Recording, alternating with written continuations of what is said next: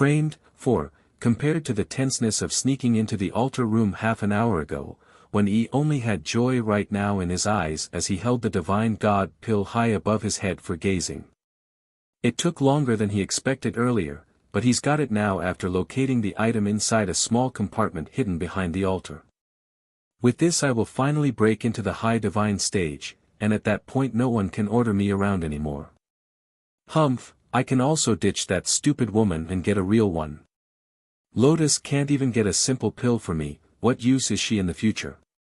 Not long after the so-called gentleman's departure, Snow Lotus's figure also appeared at the altar room's entrance. Compared with the man's initial nervousness of being a thief, this oldest daughter of the Snow clan was much calmer in the face. Why the stark contrast? Well, she knows well enough that her father wouldn't do anything even if it's discovered she stole the pill. After all, if anything happens then who would marry Bai Xiao? Using a dagger to cut open a small wound along the fingertip, she lets the blood drip onto the door lock and shoved it open. Subsequently, the lady did as the guy did and searched all around for the supposed secret compartment. But instead of being elated once she located the spot, she only got irate and red in the face like an erupted volcanoes. Where's the pill? Where's the divine God pill? Why is it gone? Did father transfer the item to another place? But that's not possible, where else in the estate can father securely hide the pill? During her spiraling train of thoughts and possible ideas, Snow Lotus's eyes suddenly popped in wide astonishment like it sudden dawned on her. Bai Xiao and his friends just arrived, then the divine God pill goes missing, it's too much of a coincidence. They must be the thief. They stole it. Someone come. Someone come right this instant. Snow Lotus cries out after standing up and immediately drew the nearest guards to come running. Miss, is something wrong? One of the leading men asks with rigid attention.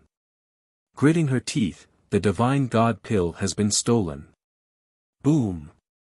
Her words struck the guards thunderously, sending them all staring blankly and unable to process the sentence in full. To begin with, their missions has been to prevent anyone from approaching the altar room, and the only reason they left was because of Snow Lotus dismissing them a few hours ago. Then all of a sudden the divine God pill has gone missing. Anyone with a brain could tell who would take the blame in this case, and it wasn't the young lady. It's all Moon's fault. If it wasn't that girl delaying me earlier then I would've.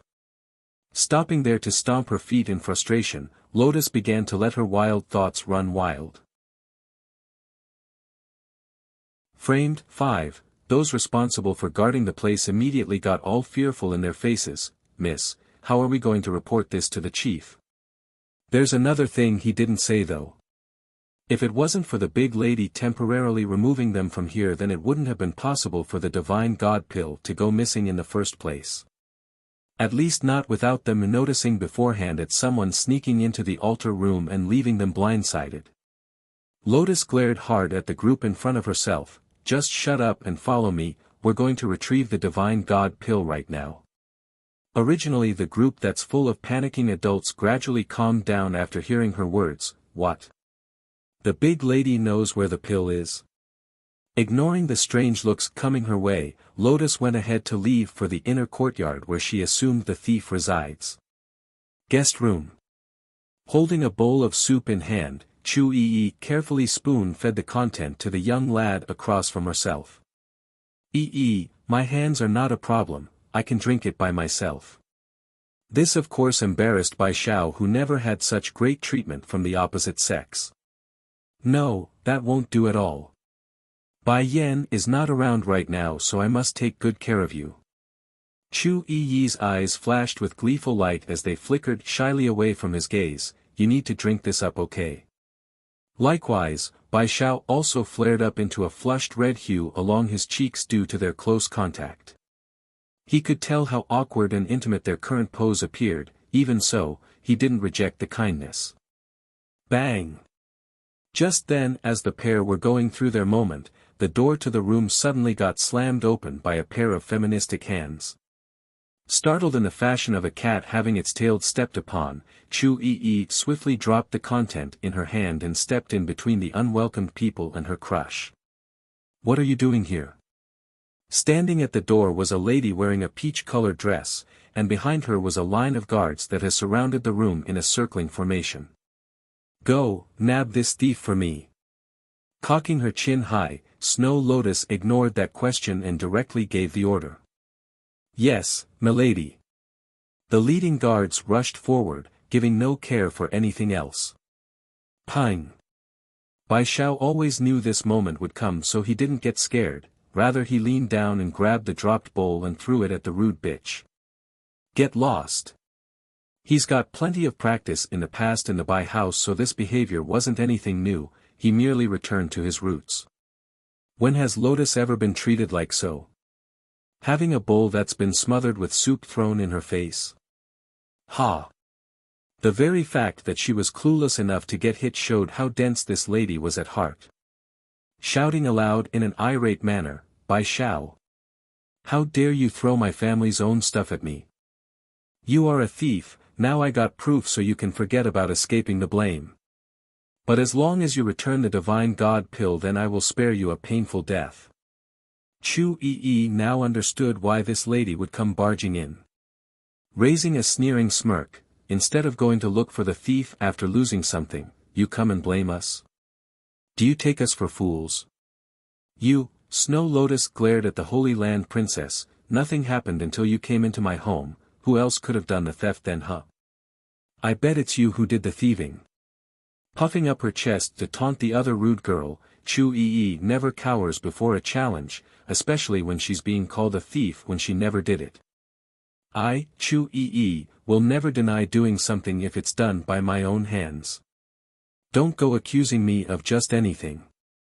Although I don't know what that whatever divine god pill can do, but if it's an alchemic product then I can get some at any time I want, why should I go steal it from your household?" Framed 6, Bai Yan's an alchemist, and with her ability and knowledge of ancient formulas, Chu Yi was certain she could get any Dan pill without problem. In that case, why would she need to steal some from another person? Don't assume that Bai Yan disliked the Holy Land princess by the way she speaks to her or the way the mother lectures the steam bun to stay away from the troublesome lass. They're in fact very close and would do anything for this temperamental follower. You really know how to lie. Who would dare say they can get a divine god pill with ease? Despite my family being the most powerful in this land, we too could only get one of those, and yet you dare say you can get a bunch? Show me proof then, humph. Come on, bring out a bunch to show me. Chu Yi actually became stumped for a second. I don't have any on me right now, but Bai Yan is an alchemist, so she will know how to refine some. If I go and ask her, then she will give me plenty, so why would I need to take yours? Ha! Snow Lotus cracks a sneering laugh like she's exposed the other side. That proves my point. You know a alchemist? Don't make me laugh. I'm giving you one last chance. Hand over the divine god pill that you stole and I will spare you a painful death. That does it for Chu Yi. Squinting her eyes into a narrow slit, the princess forms a smirk and beckons the other girl to come forward with a finger. Come over, if you do then I'll return the whatever pill to you. That's more like it. Snow Lotus snorted, her chin held high as she slowly marched over. Now where's the Dan pill? Since the place belonged to the Snow clan, none of the guards or the lady suspected trickery. But as she got closer, Chu Yi suddenly raised her leg and directly kicked into the lady's stomach and sent her flying backwards. To begin with, Snow Lotus's talent has never been high, coupling in with the years of love talk and unwillingness to train, she naturally fell heads over heels due to the lack of defense. She could barely breathe due to the stanching pain in the abdomen. Then to make matters worse, Chu Yi took this opportunity while everyone was still in a daze to rush forward and stomp down at the gasping girl's back. You think your madam here will just put up with your nonsense and accusations, right? I've been putting up with your attitude long enough. When have I ever suffered such attitudes from anyone? Chu Yi has devolved back into her old violent self in this case. She's never been one to take anything, attitude or indignation. Now that she's been pushed over the edge, things won't end smoothly regardless of who comes. Bai Xiao watched on as her friend there delivered a good whoop-ass kicking. He actually found this side of the Holy Land princess quite likable based upon the way he's smiling. However, being happy was one thing, the guy didn't get so lost in the moment that he would miss out on the guards who were throwing themselves at Chu Yi by this point. Rushing over to his companion as well, "Stop. Whoever comes closer then I will destroy the Millennium Ice Lotus inside my body. Afterwards no one will get their hands on the flower." He warns with ice in his voice. Sure enough, the guards who came with Lotus halted in their steps. They know well enough the only reason Snow Hawk the current chief wanted this young lad into their kin was because of the Ice Lotus and the promise it holds.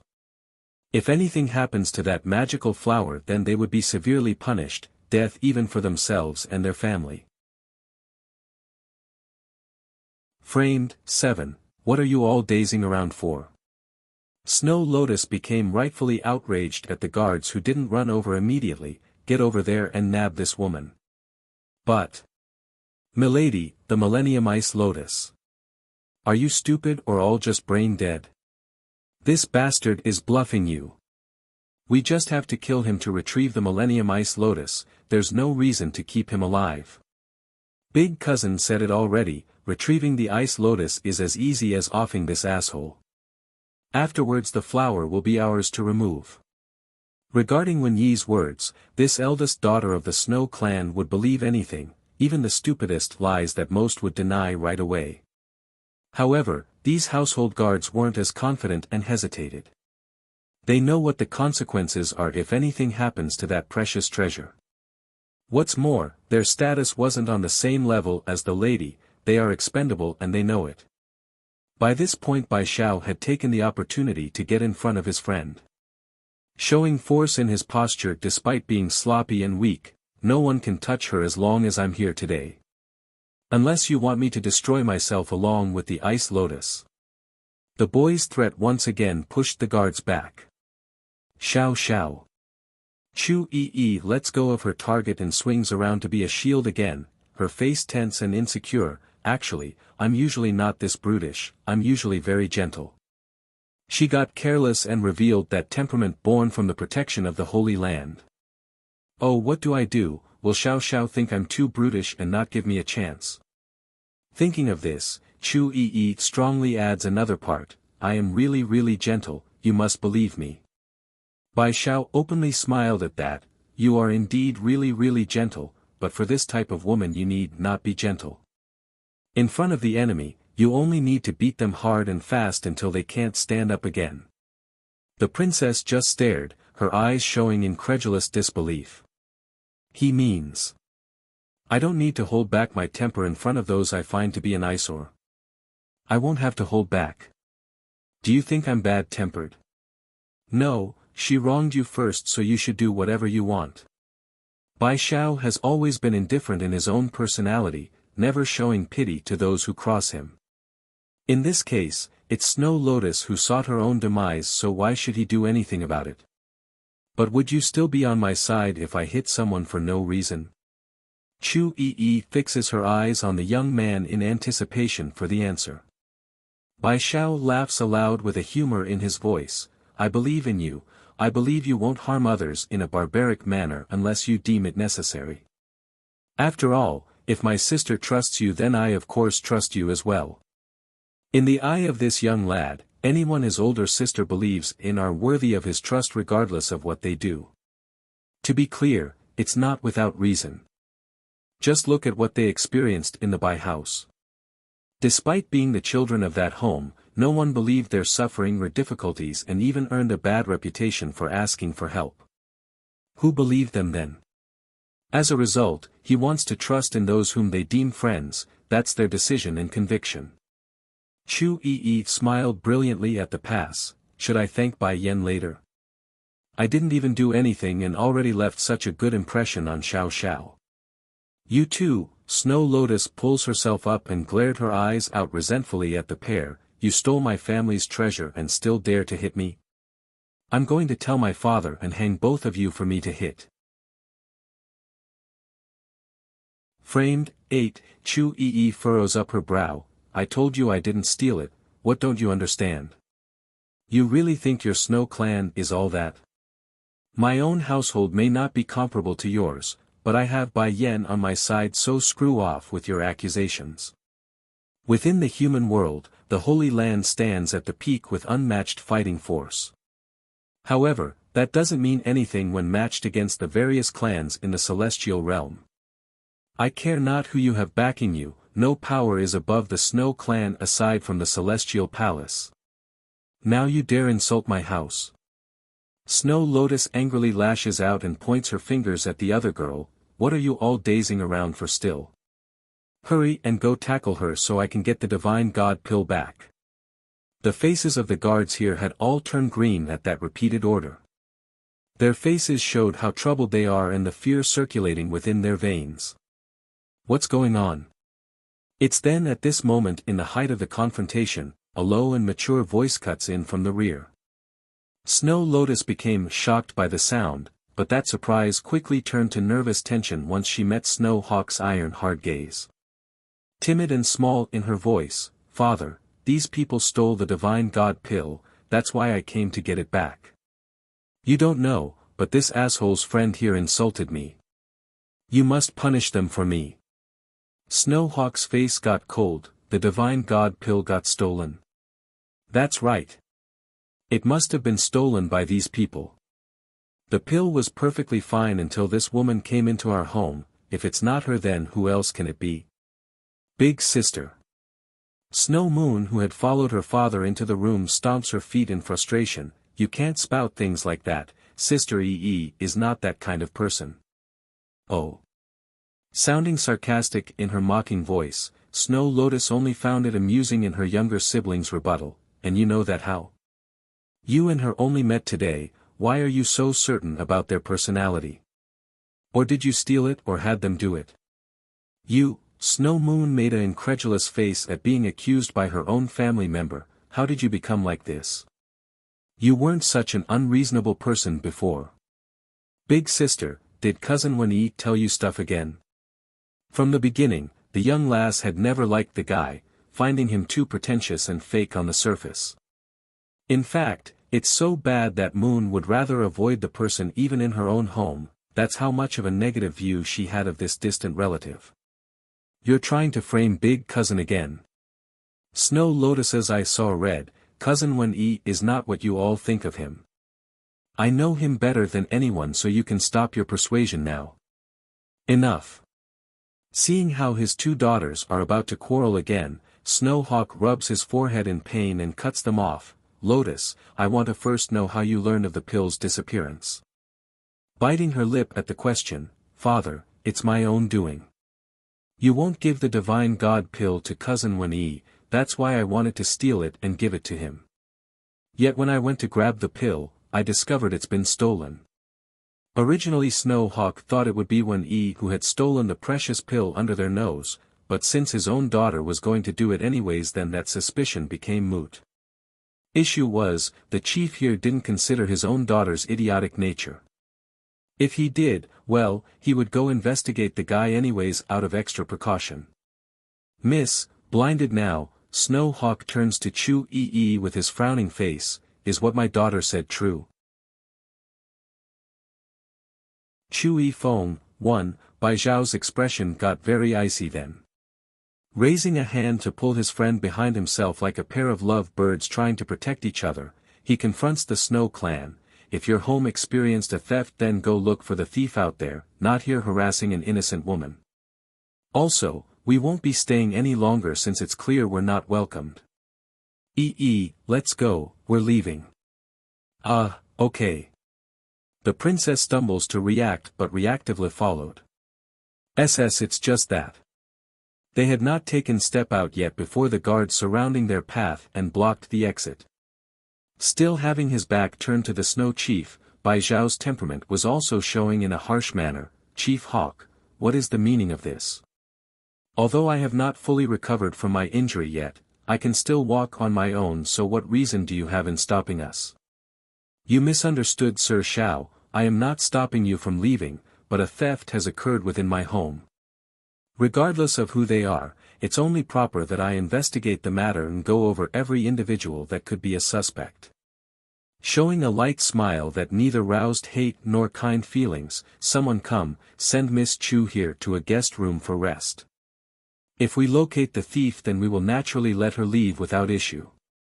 Although Snow Hawk did not explicitly accuse Chu Yi of being a thief, it's nevertheless obvious to everyone he also suspected the Holy Land Princess to some degree.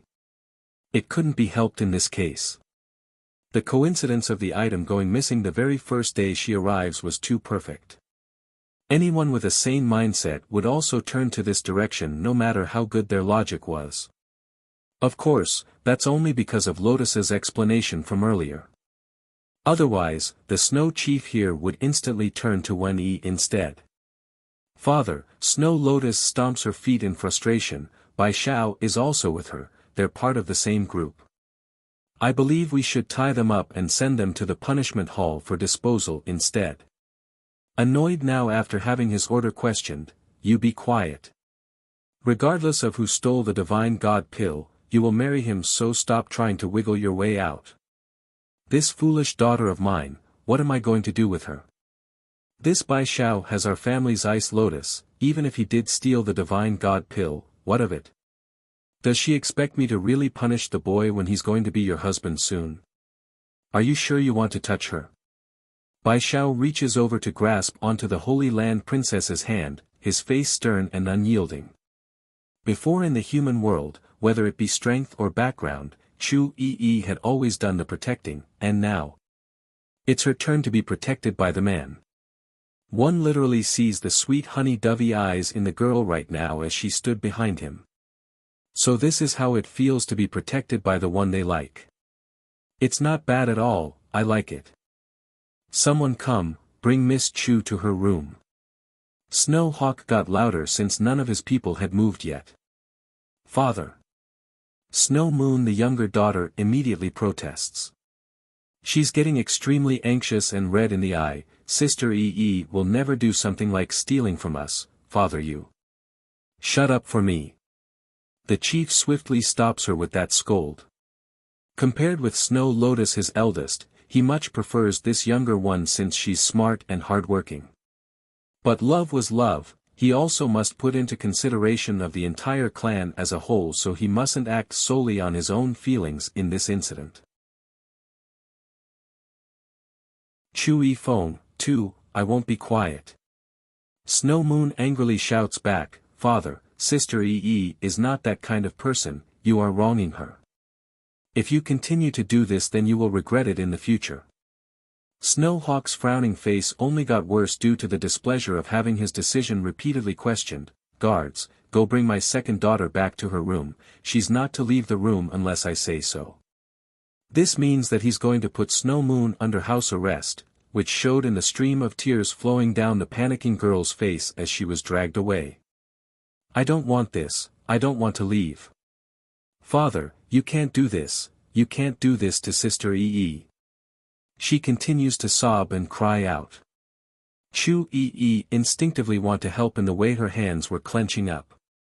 However, this princess also knows what the consequences of her own rash actions would mean in this case. She's seen through this chief already. Family bonds? Sure, he might have some, but that bond pales in comparison to being the head of this household and all those who follow him. Heck, she's certain if the situation comes to shove, he would even sacrifice his own daughters if it meant the prosperity of the clan as a whole. Xiao Xiao, grasping onto the young lad's hand as she spoke, Bai Yan will come save us, so don't let this get to you. Huang Xiaoying and Lan Xiaoyun had already left to find the demon queen. Once she gets word of their predicament, that proud woman would surely come running. I know my sister will come, but I fear we won't have the time to wait for her. The lad forms a helpless smile. In another few days I will fully recover and could fight our way out, but it's unlikely they will give us the chance until then, nor do I want you to endure this indignation for my own sake. Chu Yi was a person whom his older sister highly valued, how could he bear to make her suffer in his place? So, even if his strength hasn't been restored yet, he would still fight in order to not let them take her away. Chief Hawk, you are likely not aware of what I said to these guards to make them back off earlier, so I'll repeat myself for your sake. If you lay a hand on my friend, I will immediately destroy the Millennium Ice Lotus within my body. I will do what I say, don't doubt my words. There's no fear or indecision in the young man, only strength and a drive to continue moving forward in life. Snowhawk's face got even uglier as he narrowed in on the lad. Are you threatening me? Take it however you like. Don't assume I don't know what you are thinking.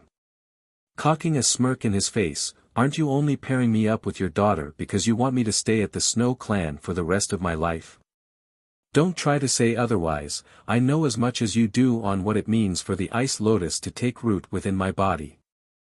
To think you would rather sacrifice your own daughter's happiness just to have her take half of the powers given to me by the Ice Lotus, you sure are a thoughtful father indeed.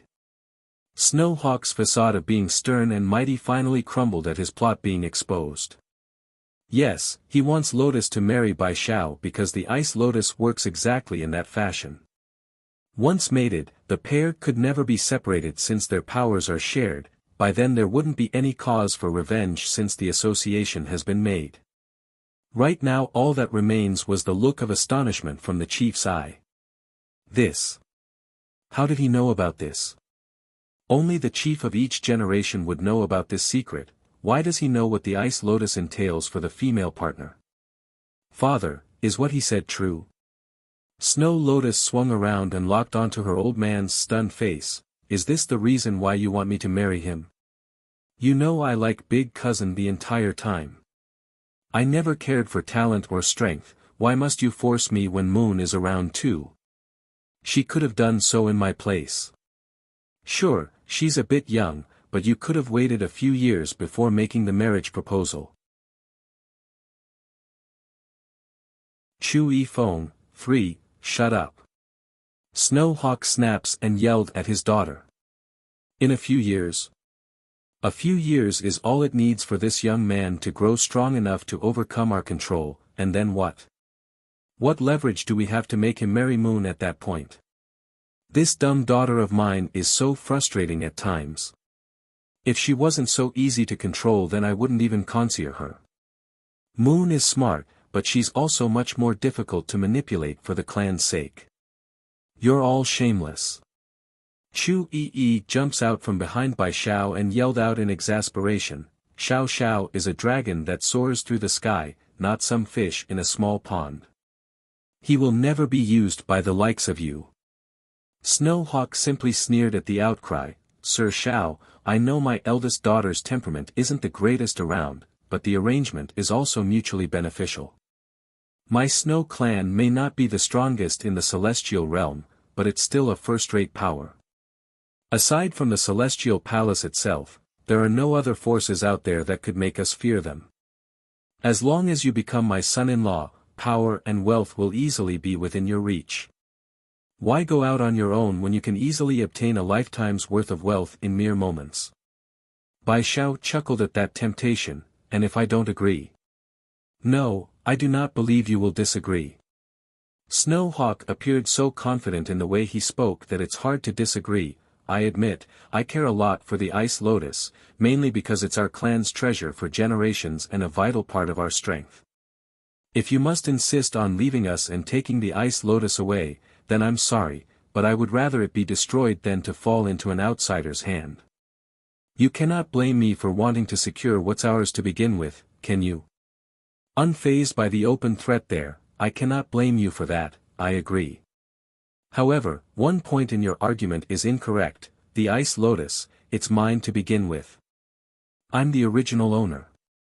Please don't make me laugh with that joke, Sir Xiao, everyone knows the Ice Lotus has been in my family for centuries already, how can it be yours? Honestly, this is the first time I've ever heard of such a shameless claim. Chuckling coldly now that things have come this far, guards, secure both my daughter and him, Lotus must marry him tonight. As long as they finish doing their thing tonight in bed then everything is sealed. Father. Out of panic, Snow Lotus subconsciously took a few steps back because she never expected the situation to turn out this way. She only wanted to get the Divine God pill back, not be forced to have sex tonight. Moreover, how can father believe this asshole is more talented than big cousin? If they swapped position, then big cousin's achievement would surely exceed this guy's. Bai Xiao lowers his gaze. I will stop them from touching you, leave first while I keep them busy. Once you find my sister, then return. Don't worry, I will be alright. Shaking her head after hearing that, I don't know where Bai Yan is. Regardless, Xiaoyun have already left to find her. You still have injuries on you, I can't just leave you behind. If only Di Xiaoyun was here, then she could probably overcome everyone here with her strength. She will certainly have a way to deal with these bastards. Leave. Snowhawk huffs a grunt and stepped forward. Neither of you can leave. In this snow realm, my people are everywhere, don't think about escaping. Swish. Drawing their swords, the guards quickly surrounded the pair at the center. Bai Xiao didn't hesitate in the slightest. He may be weaker right now, but he's not powerless. Drawing his own sword, the young man pounced at the men that's swinging their blades. If it was in the past, then he could easily pummel these people, including the chief here, but he's far too injured from the last battle. Exactly then. Chu Yi Feng, 4, Grar. Suddenly, a massive roar of a tiger's howl blasts over from the back of the group, causing Snow Hawk to hesitate for a brief moment and allowing the three-striped tiger to pounce at him. Those claws extended and lethal as it cuts into the man's arm from that swipe. Chu Yi, are both of you alright? Huang Xiaoying jumps off the three-striped tiger's back and hurried over to examine her companion. Ho, how come you are back? Where's Xiaoyun? Where's Bai Yan? The Holy Land Princess urgently asks after seeing it's only the tiger and girl who had come. I felt uneasy not long after we departed, so I came back with Tigerly. My instincts have always been good, so I didn't want to risk it. But I did tell Xiaoyun to continue on with the direction I've given her. I'm sure she will reach the queen real soon. Pursing her lip, the tigress sighed in relief knowing she's made it in time. It's clear that if she had come even a moment later in this case, Bai Xiao would have undoubtedly been seriously injured there with that hit. Damn beast, I'm your master. How dare you help these outsiders to hurt me? Snowhawk snaps, his anger ready to explode as the pain continued to sting from the arm. The big tiger didn't cower and instead issued a ferocious low growl in retaliation of that remark. He's been in the Snow Clan all his life, never once has Snowhawk been kind to him. If not for Snow Moon taking care of him, the poor thing would have been living a life of hell, hence his strong kinship to Huang Xiaoying, who had stopped him from going berserk on the young lass earlier today. How dare you growl at me? Ignoring the others in the room, the outraged chief attacks the tiger in full. He won't kill Bai Xiao or Chu Yi until he knows she's the thief, but a demonic beast was another deal. As the most powerful man in this snow realm, he won't be insulted by a mere animal who had swiped at him. Careful. Huang Xiaoying became shocked, throwing herself over to the tiger to help only to be a step too late. The wind blade from Snow Hawk's sword lifted the three-striped tiger out, sending the poor animal flipping into the air and slamming heavily into the courtyard. There's now a scar running across its chest. Even so, the big cat doesn't yield despite the stream of blood coming out and threw himself at the man once again. The mindset of demonic beasts has always been stubborn and simple. If he knows you're good to him, then he would protect you at all costs, and if you're bad to him, then he'd rather die than to be subjected to such humiliation. Tigerly. Suddenly, an exclaiming cry came from the direction of where Snow Moon departed earlier, thus causing a pause in that hit. Nevertheless, the recoiling force alone was enough to send the tiger flying out again and leaving him paralyzed on the floor in pain after smashing against a wall. Tigerly. Tears burst into the second daughter's eye as she rushed over to protect her faithful friend with outstretched arms. She had just snuck back out from her room when she saw this occur, so it struck the young girl heavily to see her own loved ones committing such cruel acts. You mustn't hurt him. Snowhawk's face sank into a dark plume. It's only an animal. You would raise your hands at your own father because of it? How dare you go against me after all I've done for this family? Chui Feng, 5, Tigerly is not an animal, he's my friend, and he's my partner. Trembling in her small figure, Snow Moon clearly became agitated by that remark. You never allowed me to make friends since I was little, always forcing me to train from dawn to dusk. I know you and the rest of the family doesn't like him, always picking on him and refusing to play with him, but he's my most important partner. I won't allow anyone to hurt him, I will not. Shut up. Snowhawk's fist started to make a crackling sound due to the pressure he made as he swept his gaze over to the guards. Did I not say she's not allowed to come out? Who let her come out? Hanging their head in guilt, Chief, the second miss threatened to commit suicide if we don't let her out. Get out of my sight. The man became outraged as he locked onto his second daughter. I won't allow my daughter to be held hostage by a demonic beast. Before I didn't know you cared so much for that animal, but now I do, so it's time I handled the matter. Either you drive it away and he lives, or he stays and I kill him today. Choose now. I don't want this. Snow Moon turned and grasped onto her three-striped tiger's collar. I don't want to leave Tigerly. If he goes I'm leaving too. It seems that I have been too tolerant of you as of late, letting you grow such unruly behavior.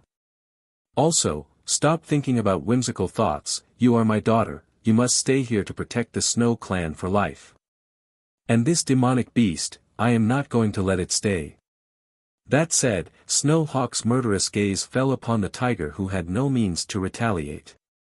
Tigerly could tell his fate was likely be sealed today. Turning to face the young lass, he licks the palm of her hand in unbearable sadness of their impending separation. Enough. Chu Yi finally couldn't take this sad picture and spoke up. Are you even a father? What father wouldn't love their daughter? Do you have even the slightest consideration for her own feelings? The princess grew up under her father's favor, so this sort of family structure astonished and baffled the lady to no ends.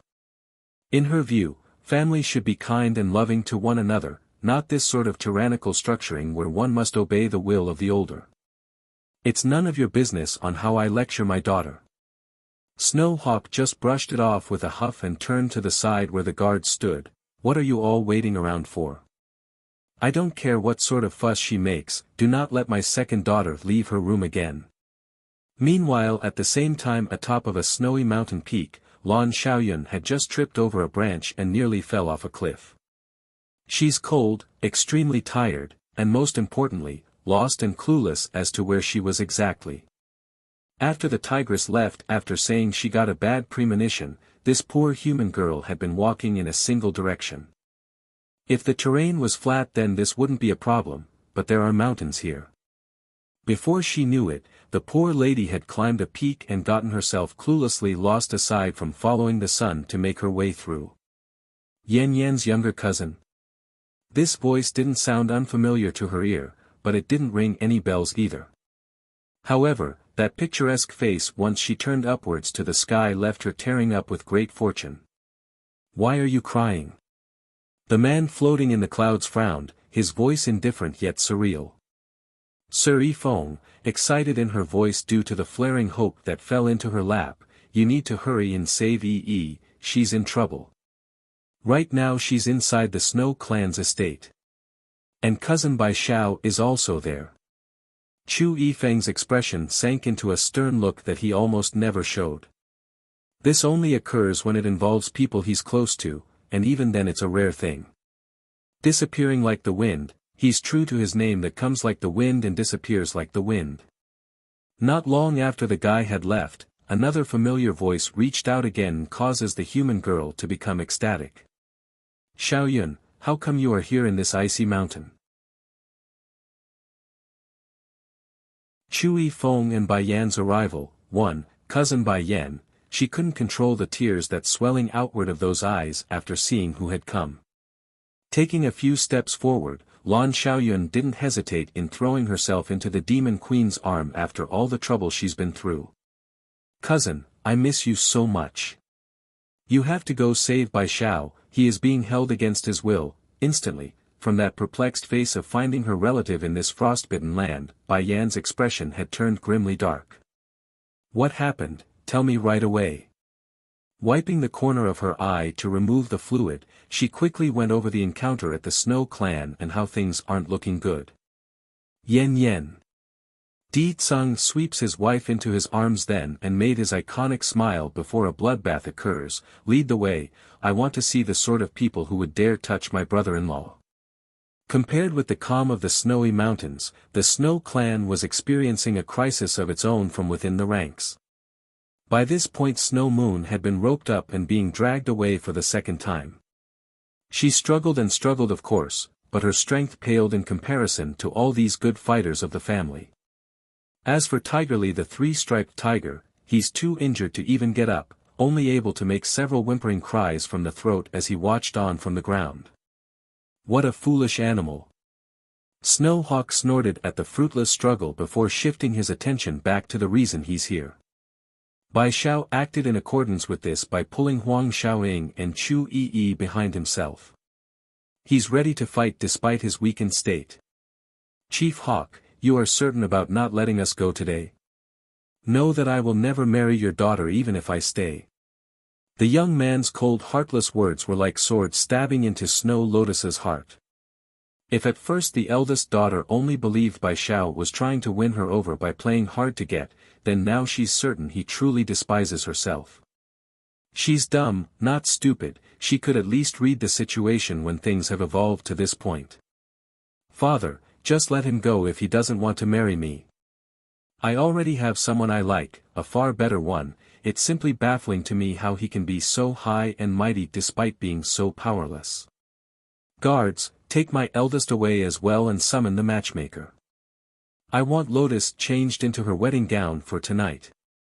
Snow Hawk doesn't even bother responding to her oldest daughter and instead began ordering the rest of the guards to move. "As for Sir Xiao here, get him the wedding garb from the storage. If he resists, lock his two female friends away. I like to see him resist then." Lotus's complexion got dreadfully white then, but as she gnawed on her own tongue in frustration, the girl suddenly got another idea in mind. "I need to find a way to escape tonight. I will never have sex with that asshole. Even if I marry, I will only marry big cousin. The two of you leave now." Bai Xiao's eyes grew grim as he lashed at the nearest guard with a punch. Grabbing both girls by the waist, he forcefully tossed them into the sky. This was the only opening he could see with the divided attention from the Snow Chief, so he took it. Chu Yifeng and Bai Yan's arrival, too. Forget about the Snow Clan members here, not even Chu Yi or Huang Xiaoying expected the young man to pull this trick.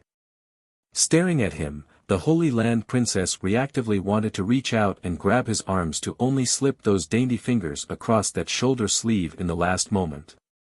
"Catch them." Snow Hawk glowered as he ordered the men to move it.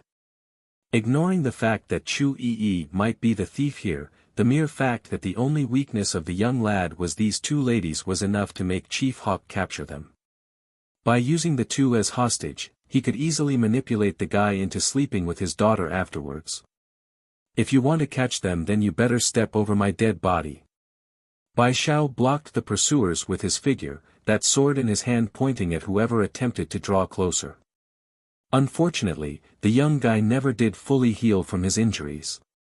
When he moved so did Snow Hawk, who locked onto him. Following a palm strike to his chest, the guy stumbles backwards and spewed blood from the mouth. "Bai Xiao, is she your lover in the way you protect her?" Snow Hawk casually comments, "Her strength is so mediocre, likely not from any noble house or clan. Why are you so insistent on being with such a mundane female when my Snow Clan far exceeds her worth?" A frown naturally formed on the young man's face at the misunderstanding, but he's not going to correct the chief either. Huffing a grunt, he continues to keep a wary pose. "And my relationship is none of your business. Also, I will never be forced into any form of marriage, no one can dictate my future. Bang! Striking out once again with his palm after that retort, Snow Hawk knew his words wouldn't do anything, so he intends to use force to do the talking. Yet despite increasing his power in that hit, the recoiling force only made the young man take 2 steps back before stopping. Naturally, blood leaked from the corner of Bai Zhao's mouth at his injury becoming more severe, but the stubborn pride in his eyes and face never relented. Don't look down on me. I may not be able to defeat you lot today, but don't think I will submit to your whims just because I'm losing. If you want to kill me, then go ahead, I will never sleep with your daughter. Snow Lotus was being dragged away when she overheard that shout. Like any young maiden, being disregarded to such a degree would undoubtedly make them flush with embarrassment. In the heat of the moment, this foolish girl actually broke free from the constraints of her 2 restrainers and ran up to the guy and slapped him across that handsome face. If it were in the past, then Lotus wouldn't even be able to get close to the boy, let alone slap him. But now, Bai Zhao's exhausted and suffering from a double injury, just about anyone could come hit him as they please, because merely standing there required most of his energy to support the feat. Get this, you asshole. It's me who don't want to marry you, not you not wanting to marry me. Who do you think you are? I am the eldest daughter of the Snow clan, a woman beloved by hundreds in this land. You are nothing but an orphan without family or background. Don't go running your mouth like you're all that when you're not. In the eye of this pompous lady, only she's allowed to refuse the marriage of others and not the other way around. Imagine this news being spread across the city, it would cause irreparable damage to her reputation, you know. Not the least bit annoyed by that outburst, the teen here only licked the corner of his lip to remove some of the blood. Then turning to Lotus, his eyes radiated a cold bristling ice storm that shocked the blasphemous girl back like she's actually there in person.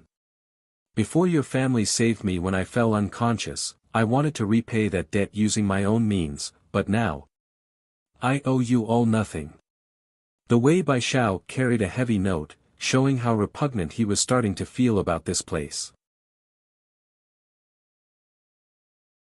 Chui Feng and Bai Yan's arrival. 3. He's no longer able to resist. Go. Frowning in his face, Snow Hawk gives the command and slowly turns around to have his back facing the young man.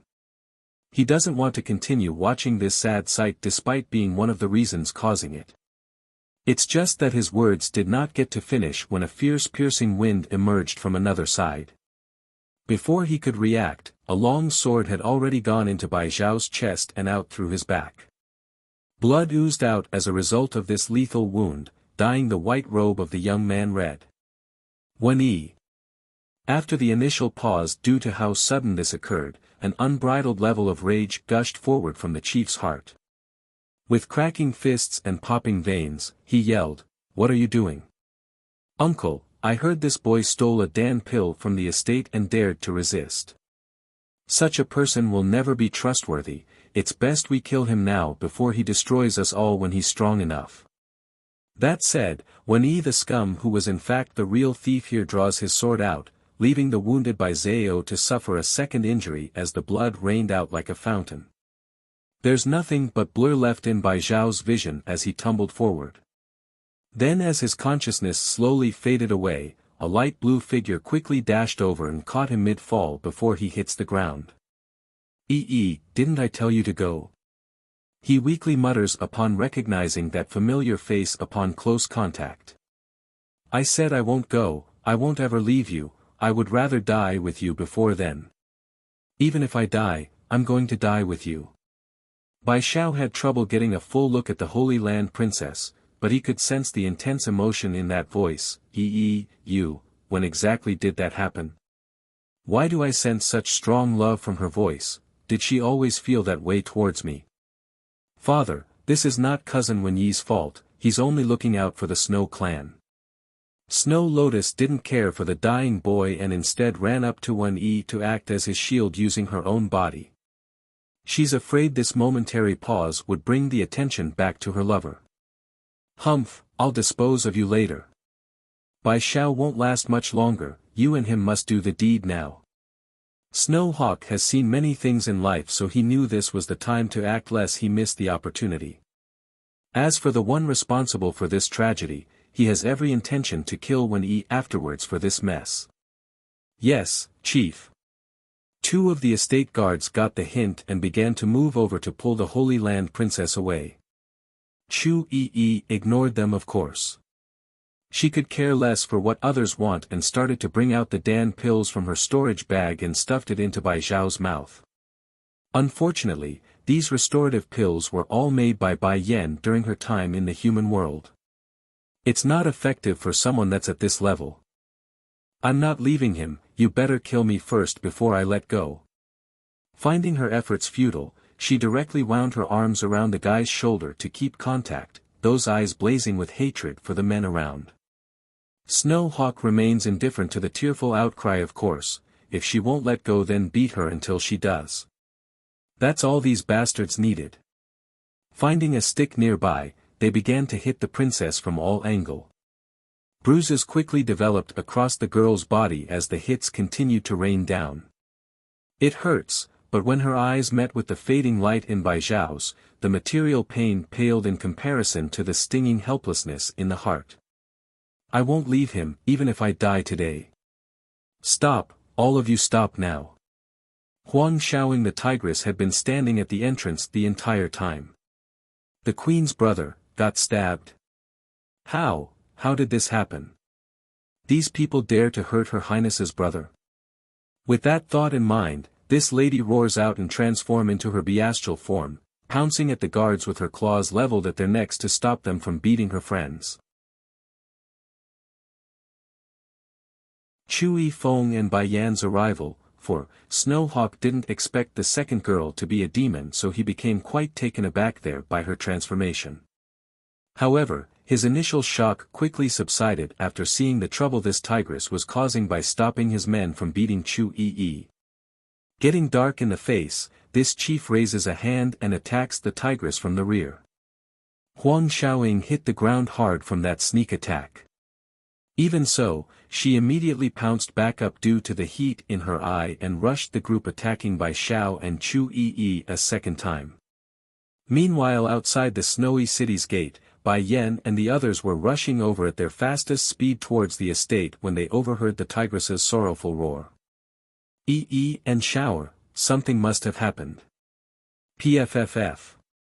Chu Yi again spewed a mouthful of blood from the mouth due to the last hit from the rod, but no matter how hard these people tried to pry her away, she refuses and clung even harder to the young man's body.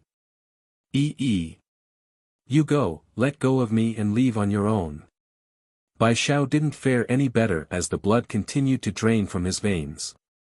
He wanted so direly to do something, but he couldn't even lift a finger anymore, that's how powerless he was at the moment. This truly turned out into a mess. Damn it, if Bai Xiao doesn't sleep with Lotus soon, then all this trouble will all be for naught. Snow Hawk never intended to kill anyone in this matter, but as the situation spiraled out of his control, it simply wound up like this. It didn't help either that Snow Lotus and Wen Yi was pushing the problem from the rear in their own way. Miss, I advise you to let go, otherwise I'll have to use a tougher approach. The chief attempts to salvage the last bit sanity from all this with that persuasion. Chu Yi didn't care, only weakly muttering to the air, I'm not going to leave him. If he goes I go, if he dies I die. Xiaoying, I'm afraid I can't hold on anymore. If Bai Yan comes, help me tell her to bury me together with Xiao Xiao. That's my only request. I'm sorry, father. I'm sorry, brother. I can't be with you anymore. Gradually closing her eyes in acceptance, the past images of her friends and family flashes before the mind and brought a sad, pitiful smile along those lips. It's just a pity. I will never see them again. Suddenly, a familiar and gentle voice cuts through the noise in this courtyard, sending the Holy Land Princess into a momentary trance like she's hearing illusions. But it quickly dawned on her, this was no dream. Shooting open her eyes, the girl looks up toward the source in where voice originated. White robe, raven black hair, a picturesque handsome face that she would recognize anywhere and anytime, Chu Yi knew she was saved. Throwing herself into those arms after the man landed, "Big brother, it hurts, she's the little witch of the Holy Land, when has she ever been beaten?" Snow Hawk had long noticed this new arrival before everyone else, but his body wouldn't allow him to move like he's been petrified. In fact, the aura coming off of Chu Yifeng was so strong that his heart started to panic and made him want to back off. Make no mistake, Chief Hawk was by no means a weak individual, he's long become demi-divine lord and could be comparable to a keeper in terms of strength. Despite this fact, he felt minuscule before the handsome man that just landed on the ground. How strong is this person exactly? Chu Yifeng and Bai Yan's arrival, 5, but then his attention quickly shifted to the way Chu Yi addressed the guy. She called him Big Brother. How can it be? How can this woman have a brother who is more powerful than me when she's so weak? Big Brother, help Zhao Xiao. I can't do it, please save him, I don't want him to die. Chu Yi did not wait for Chu Yifeng to speak and tugged at his sleeve for help, her eyes tearfully crying, "Take him to Bai Yan, I know she can save him. As long as there's a breath in him, Bai Yan will be able to bring him back, I'm sure of it." Shower. The abrupt voice sounded urgent and filled with panicking fear when it reached the princess's ear. Recognizing it but still having trouble believing it's true, Chu Yi rigidly looks up to find a woman rapidly flying over to their spot in the courtyard. "Bai Yan is here, Xiao Xiao is saved." After landing on the ground, Bai Yan wasted no time to assess the situation by glancing over to Snow Hawk and his men. But her sharp glaring gaze soon fell upon the pool of blood around the young man on the floor, and that made her heart tense up like a hand just ripped it apart. The demon queen could literally faint if not for the urgent desire to help. Shower. Leaping over to the spot, the demon queen smoothly pulls the young man into her arms to feed a pill she readily summoned from the storage ring on the finger. The effects were near instantaneous, stopping the flowing blood from that wound. Sadly, it's not anywhere close to being enough to save the young man, he's still deathly pale and grim to the eye like he's about to lose his breath at any minute. This isn't enough, Shower's injury is too severe. If I want to fully heal him then I will need to refine a Botadan Dan pill. I don't have the key ingredient Snow Blossom on hand. There are some on the Sky Mountain though, but... Di Tsung, go summon all the demons nearby to look for the herb. Bai Yan wanted to commit murder due to the anger swelling from within, so her words there were a bit erratic. It's normal to lose her cool, anyone would, especially when her brother's life was something she vowed to protect, and now she's failing it at the highest level. Yifeng, Bai Yan may have lost her cool but the sane part of her head remains. Realizing she's too heated and needs to calm down to approach this with a level-headed mindset, the demon queen throws another pill over to Chu Yifeng. "Give that to Yi, it will heal her bruises and internal injury, I like to see who would have the nerve to hurt my people." Boom! Snow Hawk's brain became rocked by an explosive flash to the past. The reasoning? It's because on the moment Bai Yan and Di Tsung appeared from the sky, he already started to remember why he felt the name to be so familiar. Not long ago when the Celestial Palace summoned all the demi-divine lords to attack the demon city, he too was part of that assaulting force. It's there on that day that he met this woman in red. Exposed. 1. Who are you? Snow Lotus did not notice the nervous behavior of her own father, so she was very eager to get in their faces. "Oh, what the heck, just take him away so we can be done with this. I will never marry this fatherless orphan, do you hear me?" Bai Yan's expression got exceptionally frosty at the last tidbit about her brother being called an orphan. Turning to confront the wretched girl, her eyes nailed the other person firmly at the spot. She's Bai Zhao's older sister, Bai Yan. Chu Yi, the Holy Land princess, had recovered by now, so she also became eager to get back at the other person. And why wouldn't she? The little witch of the Holy Land doesn't take insults lying down, not before and not now. Didn't I say so earlier? Your entire Snow clan is finished once Bai Yen is here, ahaha. Wah! Blood literally drained from Snow Hawk's face in real time, causing his fist to tremble violently due to the horror. Demon Queen Bai Yen, she's Demon Queen Bai Yen, what have we done? Why does that Bai Xiao have such a dangerous sister? This is over, the Snow clan is doomed. I don't care who you are, you better take your brother and get lost. Even if my father wants me to sleep with him, I will refuse. Snow Lotus does understand Bai Xiao doesn't want to marry herself, but she's too proud, too egotistic to accept that reality, hence the reason on why she kept insisting about that detail to make herself feel better. Shut up. Snow Hawk snaps, slapping his eldest daughter across the face using a sizable amount of his strength. Getting all bruised up in the cheek, the crying girl didn't understand why her old man would hit her, so she's extremely aggrieved in the face. Father, still shaking all over, the chief wanted to smack her a second time there but was swiftly stopped by Wen-Yi the thief from the side. Uncle, you are too cruel to Lotus. Despite knowing these people are the one who stole the divine god pill, you still want to marry her to that guy. Do you not have any love for your own daughter? All she wants is a man who is willing to stand on their own 2 feet, why must you force her into something she doesn't want? Much less someone that only knows how to rely on the Snow clan's influence to reach a higher height. If it hadn't been for Snow Hawk already reaching his limit in the amount of outrage he could release, the middle-aged man would never allow Wen-Yi to spout such crap before Bai Yen.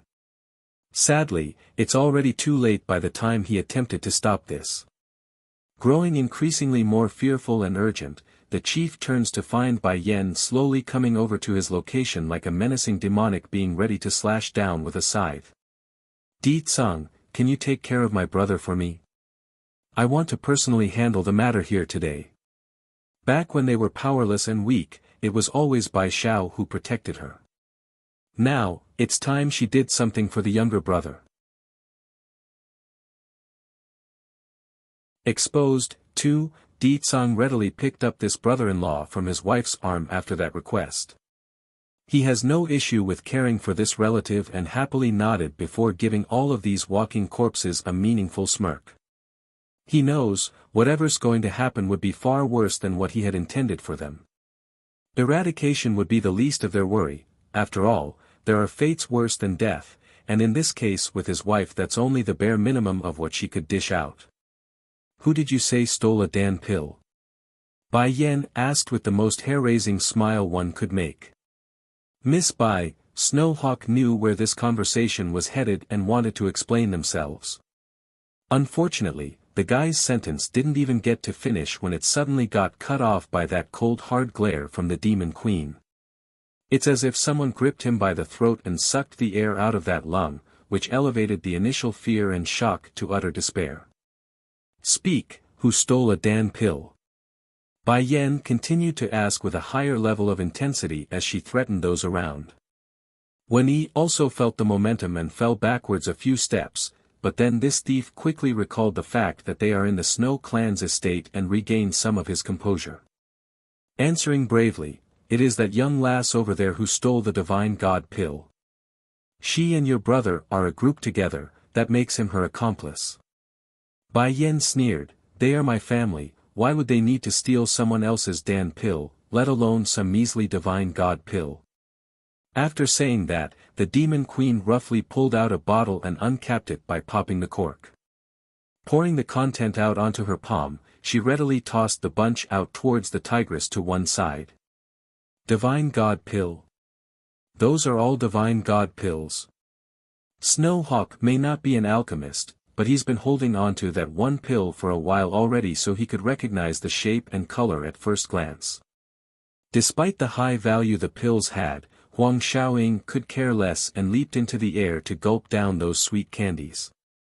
She's a demon, so these precious alchemic products are food for her. In my case, divine god pills are no more than snacks to feed a pet, yet you claim my brother and sister stole it off your hands? Bai Yan's derisive smirk was daggering, stinging these people like their pride just got trampled upon. Taken aback for a split second, Wen Yi wasn't going to be beaten so easily considering his own fraudulent nature, and you expect us to believe those are divine god pills just because you say so. If it wasn't them, then who else could have done the theft? He intended to have Chu Yi bear the blame, so he's not going to back down no matter what. Someone merely has to be the scapegoat, that's all he needs. Bai Yan. Chu Yi tightly grasped onto her sleeve then by running over, it's this guy who stabbed Xiao Xiao earlier. Exploding with an air that sent her hair flying out into an almost ghostly fashion, this demon queen didn't think twice and rushed at the thief. Smashing her fist into Wen Yi's chest and making an audible bone-cracking sound, she sends him flying out like a rocket in the next. But there's no way that would be enough. With a single step, Bai Yan disappears in a flash and reappears before the guy to pick up his arm. Crunch. With that sound, she snaps the guy's elbow backwards into a 180-degree in the wrong way. All these people could hear in the air now were the heart-wrenching scream of agony and pain that echoed across this courtyard due to the howling cry from Wen Yi's throat. Cousin Wen Yi. Snow Lotus got deathly white at this cruel display of ruthlessness. She wanted to run over and help, but the demon queen's following glance sent her shivering like a predator just locked onto her soul. Not wanting to waste time on the ignorant, Bai Yan turns back down to her screaming patient of pain, so you are the one who hurt my brother? Ha, ha ha ha. I will make sure you experience a fate worse than anything I've ever committed in this life, don't you worry. That said, this flaming fiery scanned the crowd to make sure their faces are forever ingrained in her mind. After I'm done with him, it will be your turn, none of you shall escape me. Exposed. 3. Miss Bai Yan. Snowhawk pulls a forced smile to look easier to the eye despite the thick layer of sweat on the forehead. This is all a misunderstanding. A misunderstanding. Chu Yi growled at the man, you won't let me and Xiao Xiao leave when we tried, then your daughter came out of the blue and accused us of stealing a Dan pill. Oh right, you are also responsible for injuring Xiao Xiao a second time after he refused to sleep with your daughter. The more she recounted all those egregious things, the more dangerous Bai Yan's expression became. What else happened while I wasn't around? Tell me each event slowly. Those demons under Deetsong will take some time to gather the ingredients, so you don't need to rush. Clenching her small hands into a ball, Xiao Xiao don't want to marry the Snow Clan's first daughter, but they kept insisting on it against his will. Then that Snow Lotus over there kept humiliating him, calling him a parentless orphan with an unknown background. She also called him weak and powerless, a worthless outsider not worthy of her status as the first daughter of this place. Bai Yan's chest would heave up and down at every point being called out by her close friend. She's never heard such insults about her dear brother in all the time she's lived in this life. Imagine it having all shoved into her ear at once. There's no way she wouldn't be affected. In her fit of rage, the demon queen stomps down even harder against Wen Yi's chest with her foot, causing the guy to suddenly spray out blood but also a round green bead from the stomach.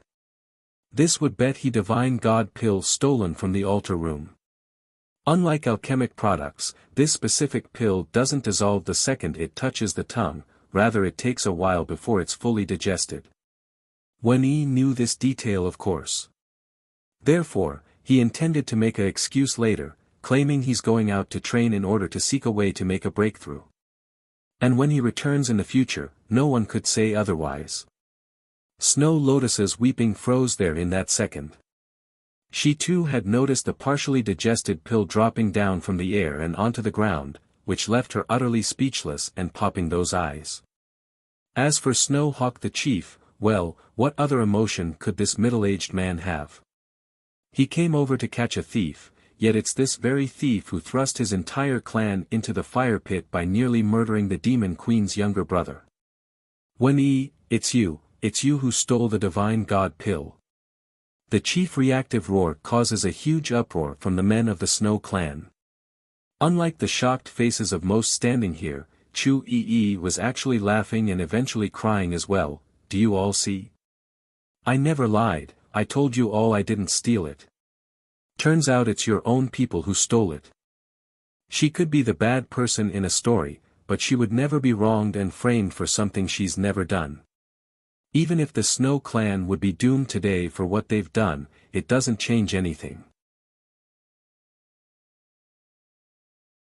Exposed. 4. If it weren't for the divine god pill, Xiao Xiao wouldn't be hurt. And the Snow clan is equally as guilty for being so blind. If Xiao wants it, I can give him the entire celestial realm. And your Snow clan, it's nothing but a regional power, yet you lot dare to hold my brother in contempt and force him to marry this run of a girl. Bai Yan's immense power began to release with her words, pressuring and cracking the floorboard as a result of that strength. Yen, Di Tsang places his charge onto Huang Xiaoying's tiger back and walked over to bring his wife into an embrace. Don't worry, your brother will be alright. Why don't we do this? We can give the celestial realm to your brother as a gift. Back when I met him for the first time I never got to give him anything, so this will be his present. The Demon King could see the dreadful mood of his wife, so this was his way of cheering her up. It's not that he didn't have emotions towards others, rather he's giving it all to this woman and none to the world. If before Snow Lotus still had a few sarcastic remarks regarding the conversation of others, then right now all she had would be the disheartened and betrayed emotion of seeing the divine god pill on the floor. Why did you lie to me, cousin? Why did you lie to me? Why did you steal the divine god pill? You told me you only want to marry me with your own virtues, your own strength. Why did you frame others then?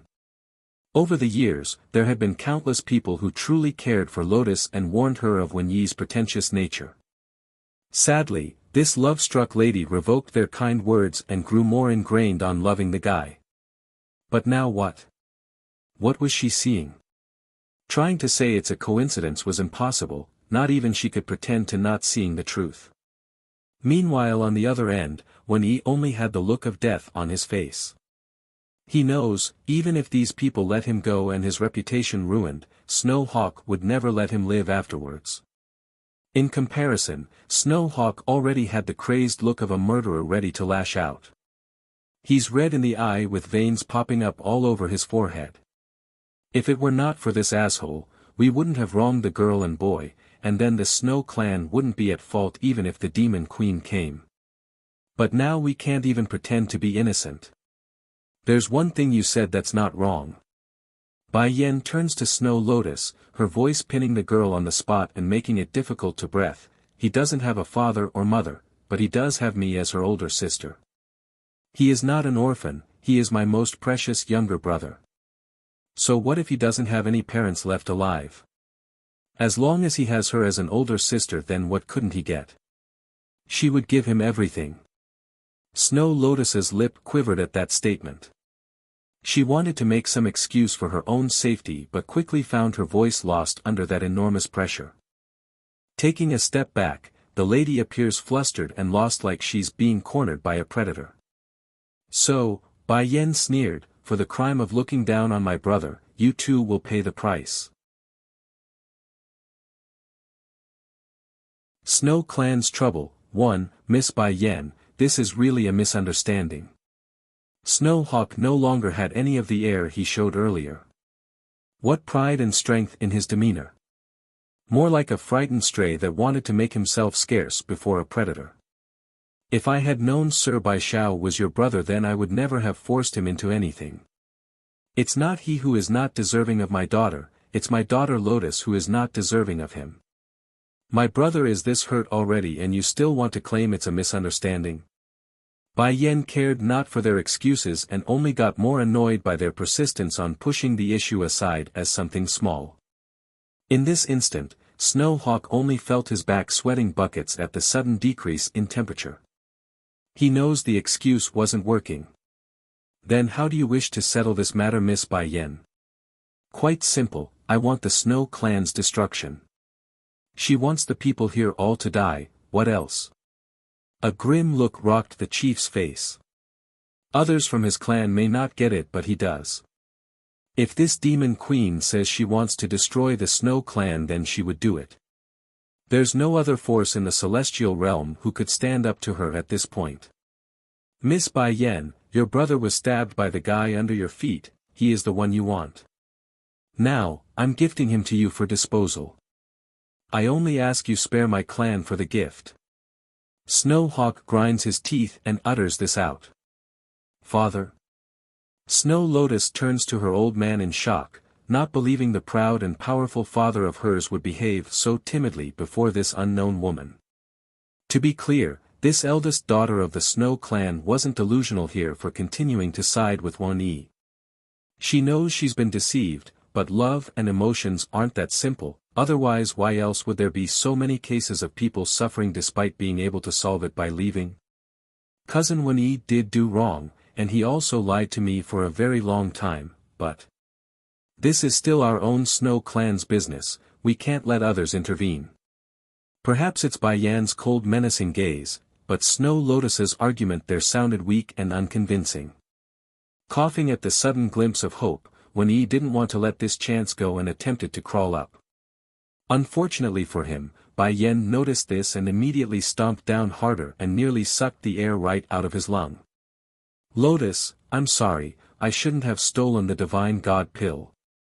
I want to grow stronger so I can marry you, I did everything for you. His voice croaky and difficult to make out, he's nevertheless said what he needed to make the young foolish lady to move. Father. I won't marry cousin Wan-Yi anymore, you can break his leg and anything you like, but please spare his life. Slowly closing her eyes, Lotus's lip quivered with exhaustion after making the plea. Snow Hawk instantly shot a threatening glare towards his eldest, let him go. Ridiculous, he's done enough damage as it is. No, Wan-Yi is Miss Bai Yan's now to dispose, I won't get involved. This whole mess was done by him so he needs to shoulder the mistake, it has nothing to do with us anymore. Snow Hawk made sure to peek over to the Demon Queen for her reaction, hoping desperately for confirmation. He could care less for his own daughter's plea at this point when it's all their necks on the line. Bai Yan merely smirked in a sarcastic manner, the way you said it. It sounded like I need your permission to punish this guy or something. If that's what you are thinking then too bad, everyone who is involved with my brother's injury will all be punished. Snow Clan's trouble, too. Snow Hawk dropped his head right away. He didn't dare to make any more excuse because the guy knows it would only get worse if he did so. Which hand of yours did you use? Bai Yan asks with the look of a murderer. Pff. Blood splattered following that sound. Looking down at his hands, Snow Hawk had to take a good moment to let his brain process what had occurred and what fate befell his dismembered hands. Your hands are the consequence of answering me too late on the first question. Now, your continued hesitation will cost you your internal dantian. I will destroy it and let you live a life of a frail old man. Boom. Snow Hawk's chest felt a major blow in the next, causing him to spew a mouthful of blood and himself falling to the ground in a deathly pale light despite being under the sun. My dantian. It's destroyed. I'm no more than a useless trash now. I can't even be compared to a child. Snow Lotus cusped her lips at this sight, both horrified and shocked by what has transpired to her father. Father is the chief of the Snow clan, one of the few demi-divine lords in the celestial realm. How can he fall so easily and without resistance before this woman's hand? Why? Why is this happening? Where exactly are these people from? Isn't Bai Xiao just some undeserved orphan who got lucky by coming to the Snow clan? Wan-Yi's face was equally as stiff. He wanted to run at this point regardless of how futile the efforts were. As a result of his thoughtless movement, Bai Yan's attention soon fell upon him again. No, you can't kill me. It's all Lotus's fault, it's her fault for seducing me and promising me everything, it's all her fault. The guy cries out in desperation after realizing he's the next in line. Snow Lotus's heart had already fallen into shock and disbelief to begin with, but that stinging outburst from the very man she loves ripped at her heart and then stomped on it. What did you say? She turned rigidly akin to a robot at the man attempting to crawl away like an animal. Biting his teeth, the coward and thief snaps, Snow Lotus, the biggest mistake of my life is to be seduced and lured here by you. If it wasn't because of you always clinging on to me and refusing to let go, I wouldn't have done any of the things here today, nor would I have attacked Sir Bai Shao there due to your constant pleading for help. This is all you're doing, you're the mastermind, I'm only a puppet used by you. Undoubtedly, a young maiden being accused by the very man she gave everything to would hurt. In this case, it didn't just hurt, it ruined her and sent her sanity to the border. Suddenly, a hysterical laugh filled the air. It's self-mocking at first, then that voice turned to dread and despair like a wild animal that has lost their soul. Wen-yi, you told me before you disdain those who only know how to climb the ranks using others, did you not? You said you wanted to use your own virtues to marry me, did you not? You said you don't care if I'm the eldest daughter of the Snow clan, that you only love me for who I am, did you not? Tears filling those eyes, her voice sobbing and croaking, I always believed in you, even when you claimed Chu Yi is here to steal the divine god pill, I believed you and never doubted you. So why? Why are you doing all this? To think I intended to steal the pill for you in secret and this is the thanks I get? To be used as a scapegoat for you? That actually sent Wen-yi into a stunned state because he didn't expect to hear this. She's going to steal the divine god pill for me. Why didn't she tell me from the very beginning? That way I wouldn't have had to bother doing it myself. Snow Clan's Trouble, 3. How am I supposed to know you were going to steal the Dan pill for me? It's your fault that I am in this state. If you had said something earlier then I never would have risked myself.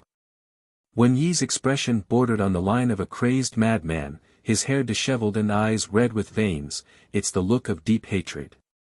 Snow Lotus's heart had already been riddled with holes by this point, but that outrageous argument only added to her wounds. To say there's barely anything left inside would be an understatement. Wen-yi, I loved you with my all. I even went against my father's order repeatedly, and I went as far as to betray my father behind his back. This is how you treat me. Swaying in unstable strides as she got a bit closer to the guy, I made a lot of mistakes in my life so a lot of people have the right to resent me, but you are the only one not qualified to do so. This would be the awakening point for the lady. Looking back at all the past things she's done, the egotistic pride of looking down on others in contempt, all of it were goaded along by this very man. Truly, Lotus never did act like this during her youth, at least not at this level of spoiled contempt. Bluntly said, Wen-yi destroyed her. Finally dropping the rock in her heart, Snow Lotus sloppily ran over to her own father's side and leaned down in tears. Father, I'm so sorry for being so stupid, I got blinded by this evil bastard and ruined you, ruined the Snow clan. This is all my fault. Snowhawk acted as the pillar for this clan, with his fall so does the Snow clan as a whole. For this huge mistake in her life, Snow Lotus felt nothing but regret and guilt for the harm she's caused to her family. Di Tsang, said Bai Yen with a cold smile, bring this man back to the demon realm and leave him with fourth elder. He hurt my brother and nearly took his life, merely letting him die won't make up for what he's done. Bai Yen never lets a debt go unpaid. Chief Hawk already paid the price by having his hands dismembered and Dantian destroyed, now all that remains would be Wen-yi. The bastard doesn't get something so easy like death, he's going to suffer for putting a sword into her brother. Demon realm? Wen-yi caught onto that name and popped his eyes. Shaking all over, you, who the hell are you people? Who am I? Bai Yen shot a death glare at the bastard, the Snow clan's chief should know better than all of you, let him tell you. Sure enough, everyone immediately shifted their attention to the crippled man on the floor. She's Bai Yen the demon queen, and the guy beside her is Di Tsang the demon king. Boom! Despite the day being sunny and bright, everything in the estate only looked gloomy and dark like a massive dark cloud has shrouded the area.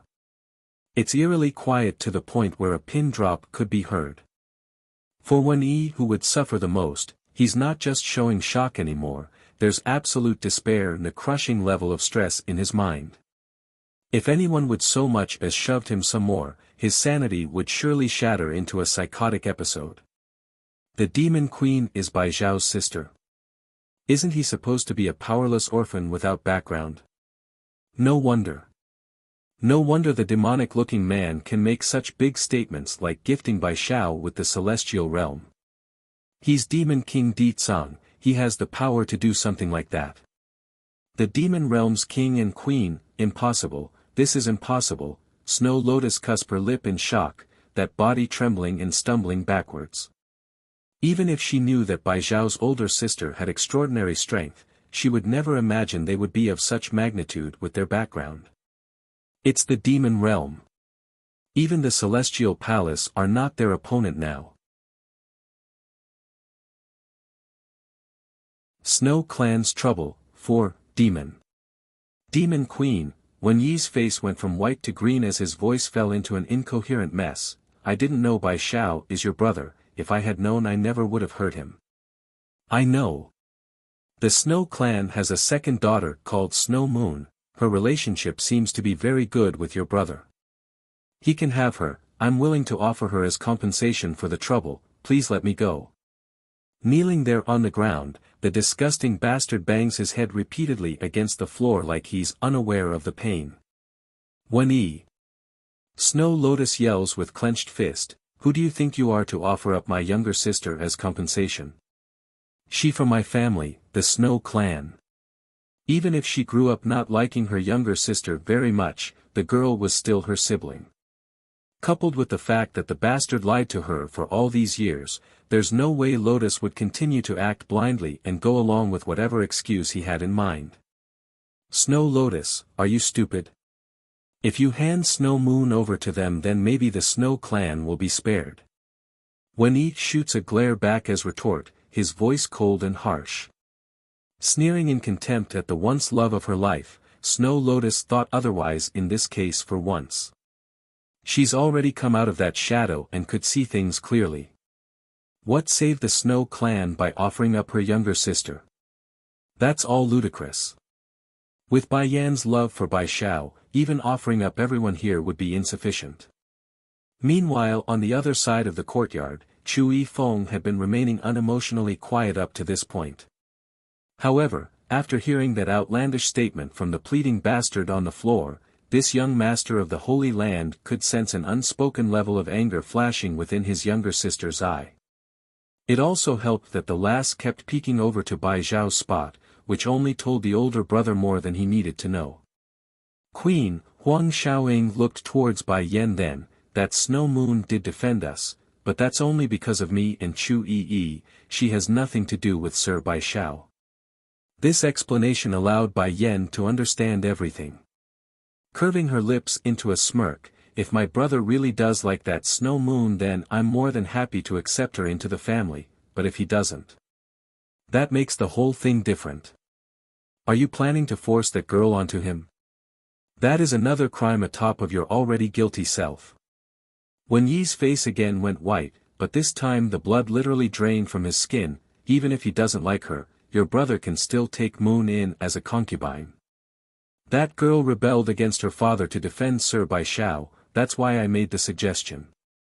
It's normal for men to take multiple wives. If he doesn't like her, he can always marry more females later on, like. From out of the blue, a huge gust of wind came blowing over and sent the foolish guy flying up into the air and crashing back to the floor. And this time, he was certain to not speak because his mouth had been smashed up from that impact. Purple robe, silvery hair, a demonic smile capable of seducing all females, Di Tsang steps forward in the most dangerous manner. Bai Zhao is my brother-in-law, naturally he can only have one wife. This is a rule that encompasses all of the demon realm. Who would dare break the rules set by I? Huang Xiaoying the tigress appears stunned and dazed by the newfound rule. Majesty, when did the demon realm have such a law? Snow Clan's Trouble, 5, that's something I decided when I married my queen. Oh right, since we're talking about it, I'm adding another one, those who get in between someone's relationship are also punishable in the same fashion. Bai Yen squinted her eyes then, making a smile that didn't seem to be a smile at all towards her husband. Di Tsang didn't see this right away, but as his back felt the cold numbing chill crawling up his spine, he immediately swung around to find that unnerving smile in his face. Shuddering out of reflex, I'm not threatening my brother-in-law, you have to believe in me, I would never do such a thing. I'm only annoyed by these people who can so casually say a man can take multiple wives at their leisure. The Demon King was sweating buckets right now, only a step away from raising a hand to vow for his own innocence. Dare to move again Bai Xiao? He doesn't have the guts for that. Grabbing the Demon King by the collar, Bai Yan's look spelled death if otherwise. I want to know what other law the demon realm has after we get back. If there's some that's outdated then I will change it. Also, we're adding another about marriages and that close relatives can't be married. Seeing Bai Yan doesn't intend to pursue his own folly of indirectly judging his brother-in-law anymore, Di Tsang's heart finally eased up. The Demon King knows, if he really does anger this precious wife of his, he wouldn't be able to sleep in the bed tonight. It's off to the sofa again. Chu Yifeng had just come back to attention then when he overheard their intimate quibbling. Sure enough, his eyes dimmed with sadness at the picture. Big brother. Chu Yi murmurs, her eyes worried for the guy. In light of the thoughtfulness, the picturesque man merely smiled and shook his head to show he's okay. Yen Yen has become more and more outstanding as she grows. She's no longer that frail young girl who needs my protection. This isn't a bad thing, I should be happy for her. Yifeng. Bai Yan also met the guy's gaze then after sensing the attention. She wanted to say something to suit the situation, but she too didn't know what to say at this moment. Yen Yen, I see you are doing well, that puts me at ease with Yi following you. After I finish handling the matter here, I will leave. Slightly disappointed that their relationship has deteriorated to such a degree where even a casual conversation has become possible, Bai Yan drops her gaze with the light in her eye dimming away, okay. For Chu Yifeng, her feelings are not clear. There's affection, friendship, just no love. So, from the very beginning, she didn't dare give him hope. Yen Yen, I hope. The hurting man turns his back to avoid making his next words more difficult. If one day I become distant and could no longer recognize you, please do not hold back and kill me. A shocked face filled Bai Yan's expression. Yifeng, why would you say that? I'm only saying it for now, in case. Perhaps that day may never come, so don't hold it to heart. Swinging around, Chu Yifeng attempts to form a reassuring smile so the Demon Queen doesn't worry. Then shifting to Snow Lotus, and when who caused this whole mess, I heard you also held my sister in contempt. Never has anyone dared to do that to her, you two are the first. Boom. Raising a hand, a monumental level of force came crushing down at Wen Yi the bastard's head, sending him smashing into the ground and creating webs of cracks as his body being imprinted against the stone slabs. Despite the intense hit, the Holy Land's young lord never did take the thief's life, not because he couldn't, rather it's due to Bai Yan's remark about sending the guy to the demon realm for further punishment. So, in the end, the guy did the most damage without actually killing the bastard here today. He came like the wind but also left like the wind. Bai Yan, I keep having this strange feeling about my big brother. Chu Yi frowns, her heart vaguely uneasy in regards to that last comment. Bai Yan felt the same way as she gazed in the direction of the man's departure. Chu Yifeng's changed. Does it have anything to do with Chui God? I can't let this go unchecked, I need to see that man and ask for an answer. Oomph. Snowhawk coughs up a mouthful of blood, lying weakly there as he spoke to the very daughter who ruined him. That man's strength is also far superior to my own. Do you see Lotus? Both of the people whom you look down upon are both with background superior to our Snow clan. The Snow clan is finished, no one can save us. Bai Yan's glee, Snow Hawk was shedding tears of regret after that statement, but what's the point anymore? A shattered glass could never be repaired, and the mistake his family made could never be amended. Di Tsang, I'm leaving the remaining matter here to you. My brother needs rest, so I'm going to take him somewhere quiet. Have the ingredients ready for me once the demons finish gathering everything. Bai Yan's view fell upon her younger brother's unconscious face. There's no longer the fierce glint she showed to the members of the Snow clan, only the gentle care towards her family. The Demon King knows how much this young man meant to his wife. Reaching over to touch her shoulder to reassure the woman that it's going to be all right, don't worry, leave things to me. I'll make those who hurt him wish they were dead instead. The bit about wishing they were dead hit the hardest here. Dilating his eyes wide in horror, the thief and bastard was finally starting to regret his own decisions in life. Not wanting to spend more time on these people, Bai Yan carries her brother and slowly strolled for the outside, but not before leaving one last comment as she disappeared from the spot. Don't destroy this Snow clan's estate yet, I need to use one of their room. As for the rest of the people, I don't want to see them again. Pouring through the open window, the sun's ray magnified the young man's handsome contour. He's soundly asleep right now, no pain, no bleeding blood, only the scab that formed around the sword wound on his chest. Run away. From out of the blue, Bai Xiao bursts open his eyes and yelled this aloud. He didn't know where he was, or what has transpired, but his mind could still vaguely remember the crying voice of the girl and his own helplessness due to the lethal injury through his chest. But as his head gradually cleared up and the image of the room slowly hits him, the racing in his heart slowed down. Only then does he notice the enchanting face staring down at him from above. Sister, what are you doing here? He asks with a hint of confusion and befuddlement. Bai Yan sat at the head of the bed when the boy finally awoke. Relieved at the effectiveness of her medicine, she sighed and asked another thing that's bothering her. Did something happen between you and when I'm not around? Bai Xiao subconsciously shook his head at the question and avoided eye contact. You misunderstood, sister. Put her life on the line to protect me, plus she's your close friend, so. I just didn't want anything to happen to her. Raising a brow, Bai Yan's eyes were all smiles. Is that so? Bai Xiao's face grew red and embarrassed at the obvious tease. It's true, and I are clean, you mustn't misunderstand us, sister. After hearing this, Bai Yan did not say anything else as she slowly got up to leave the room. Sister, where are you going? Turning her head around with the biggest grin at the doorway, of course to call over to care for you. What, do you expect me to stick around to look after you instead?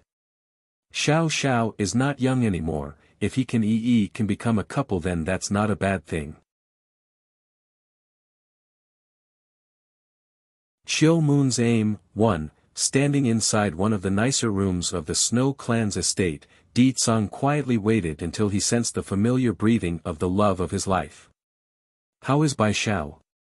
He asks after feeling the physical contact from behind. I gave him the medicine I refined so his body should recover without issue.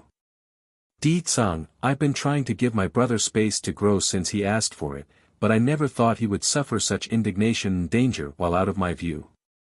Even now, Bai Yan still had trouble keeping her heart calm because if she had come any more later, the precious young boy would have died. Such a blunder tells her how much of a failure she has been in being an older sister. I know what you are thinking, but I quite like that side of his. Bai Xiao doesn't want to rely on your power to live, that's why he left to become stronger, that I respect. Di Tsang slowly turns around to caress her hair so she doesn't feel so bad.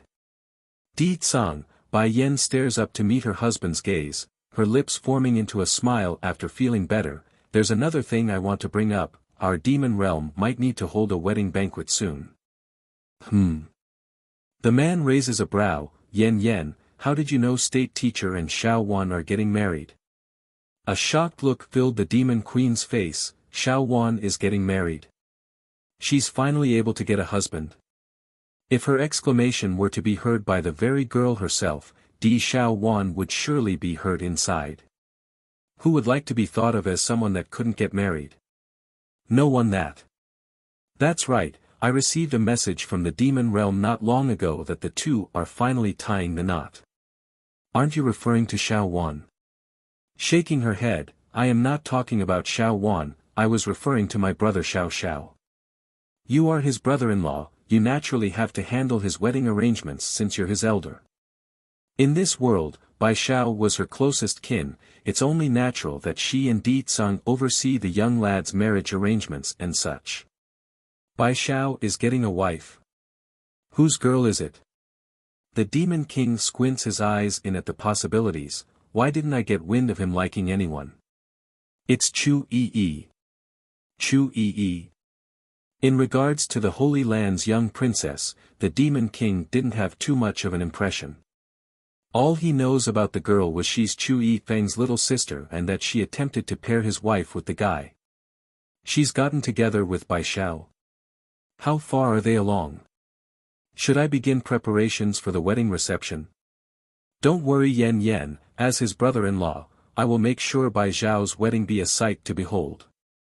They haven't made much progress yet, but I believe that a girl as good as Chu Yi will get along with my brother once given the chance. By then I'm sure things will go smoothly on their own. Bai Yan's lip was smiling on its own. In regards to her friends, Chu Yi could be considered one of the few close friends she had from the human world.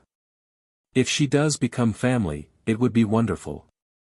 Although I am jealous of Chu Yifeng for being able to accompany you for so many years, but his sister didn't leave any bad impressions with me.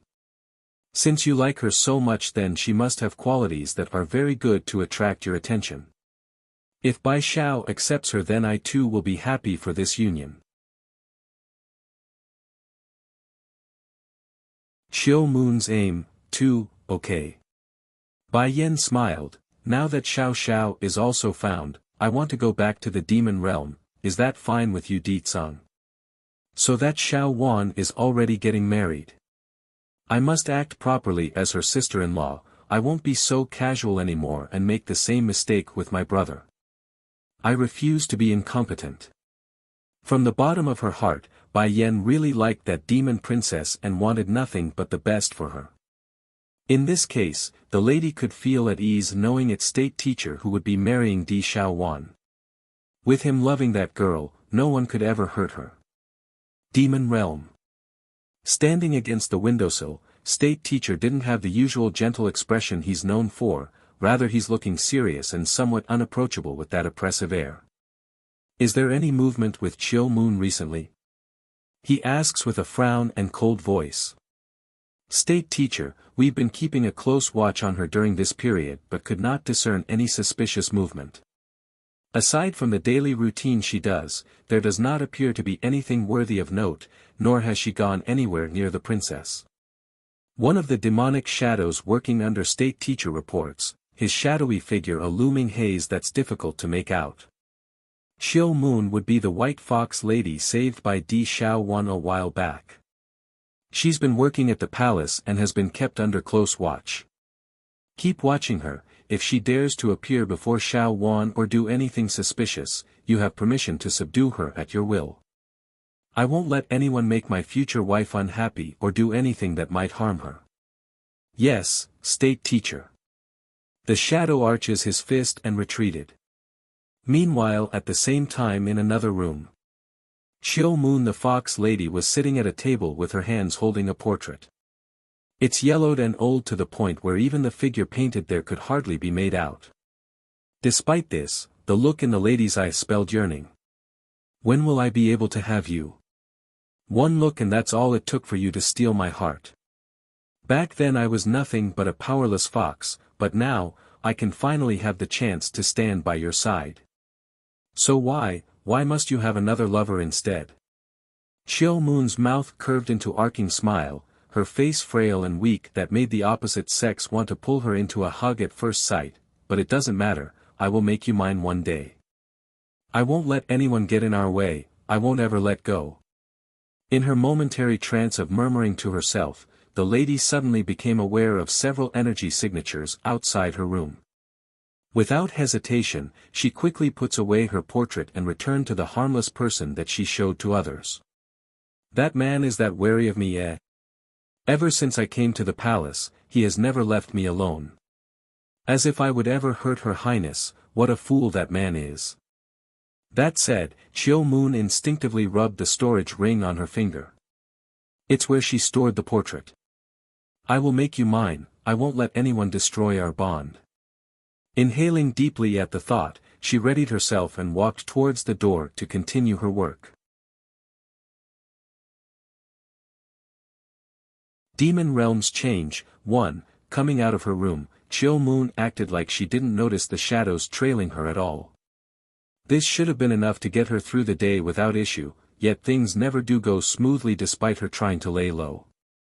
Right after the lady got out of her wing, a slender figure bumblingly runs right into her and causes a crashing sight to behold.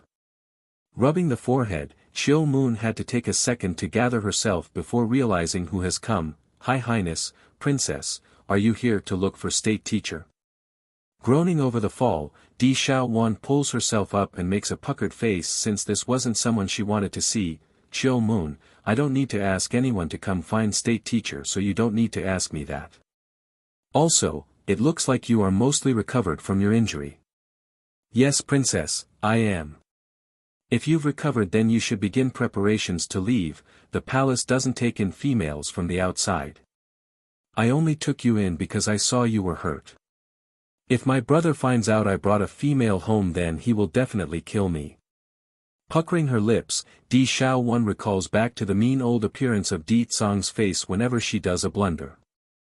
Chiu Moon kept her head down during their conversation, but those hands had already tightened into a ball at the idea of being expelled. Princess, I don't have anywhere else to go. That's so.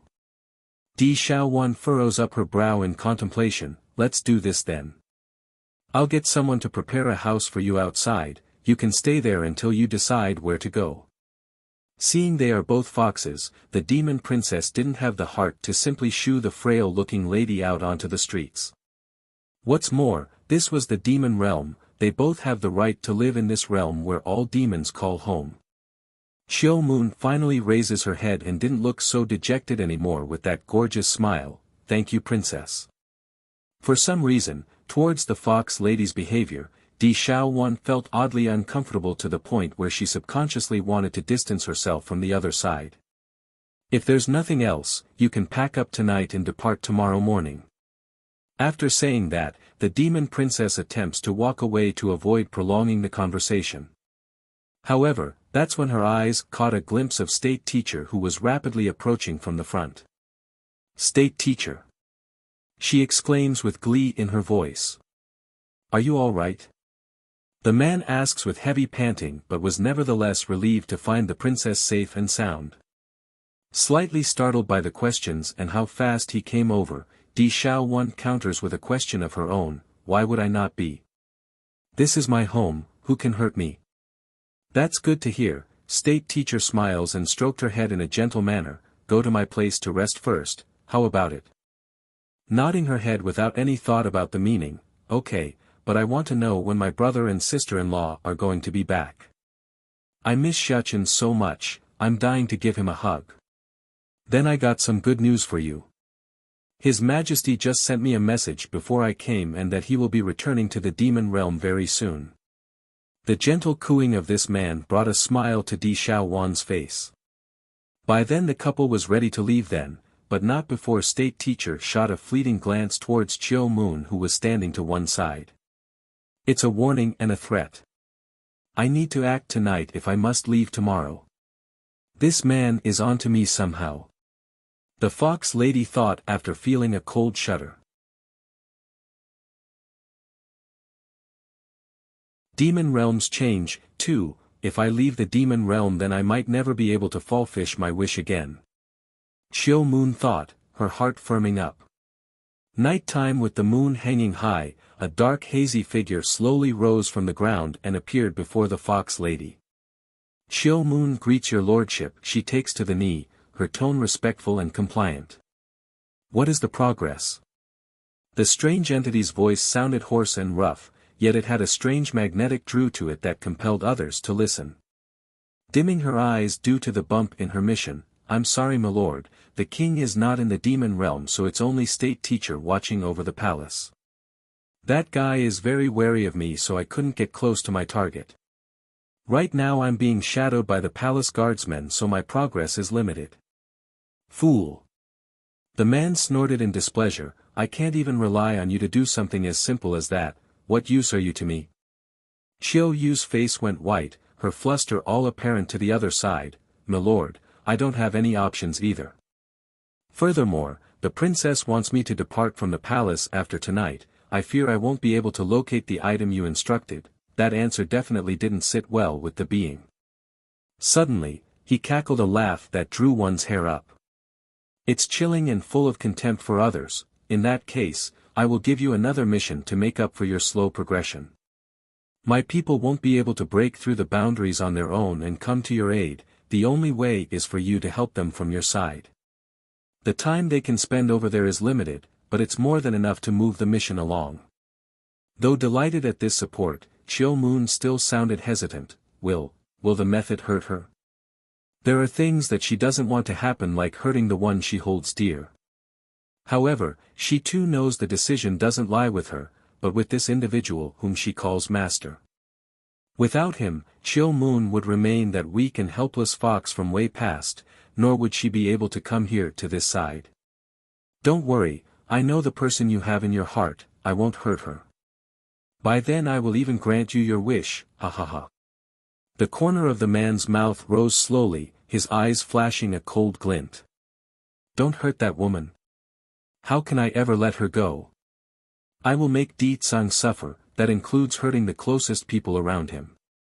I will make that guy suffer a life of pain." Under the glistening red light of the blood-colored moon here, Di Xiaowan casually flew over the sea of mountains in this region without hinder. "State teacher, do you think my new little niece will like me as her aunt?" The demon princess descends and plucked a rose up from a bush she came across. "And should I prepare some gifts?" All affectionate in the eye, the man was all smiles at the question. "The king and queen's daughter will definitely be as lovely as Prince Xiachen. I'm sure she will like you regardless." "Really?" Di Xiaowan sounded very happy, her eyes sparkling with hope for their meet. "State teacher, truth is, I'm starting to remember some of the things from the past now.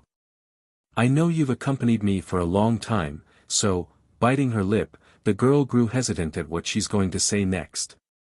When Di Tsang gave up everything to save Bai Yan, this man too gave up everything to save herself. Though she's lost all the memories of the past, the important bits are gradually starting to resurface. Demon Realms Change, 3. If this life, I really do marry, then marrying this man who is so gentle and kind to me isn't too bad either. At least, he won't scare me as often as that mean old big bro of mine. So, Di Xiaowan looks up with her firm gaze, "I am now sincerely wanting to marry you, I am serious." Before she was too afraid to become this man's wife due to her own unwillingness to get hitched so early on, the second being that state teacher's too familiar. It's not easy to accept someone you consider a close member of the circle. As for why she accepted the proposal not long ago, well, she wanted a baby to care for herself. But now, that's changed and her feelings are sincerely starting to blossom for this kind gentleman. Xiaowan, raising his hand, state teacher pulls the girl into his arms and lets her head lean in against his chest. "I'll wait for you to remember everything. I've waited for a millennium anyways, it won't matter if I wait a while longer." Blinking with her long eyelashes, Di Xiaowan suddenly came down with a thought. "State teacher, back then, were we husband and wife? Why else would you be so nice to me after I returned to the demon realm?" "No," he said in a cooing voice while brushing those fingers against her hair for tidying. They were not husband and wife, but they were almost, if not for that unfortunate incident where the princess went missing. By the time he located her again, Di Xiaowan had already been sealed within a crystal and her memories lost.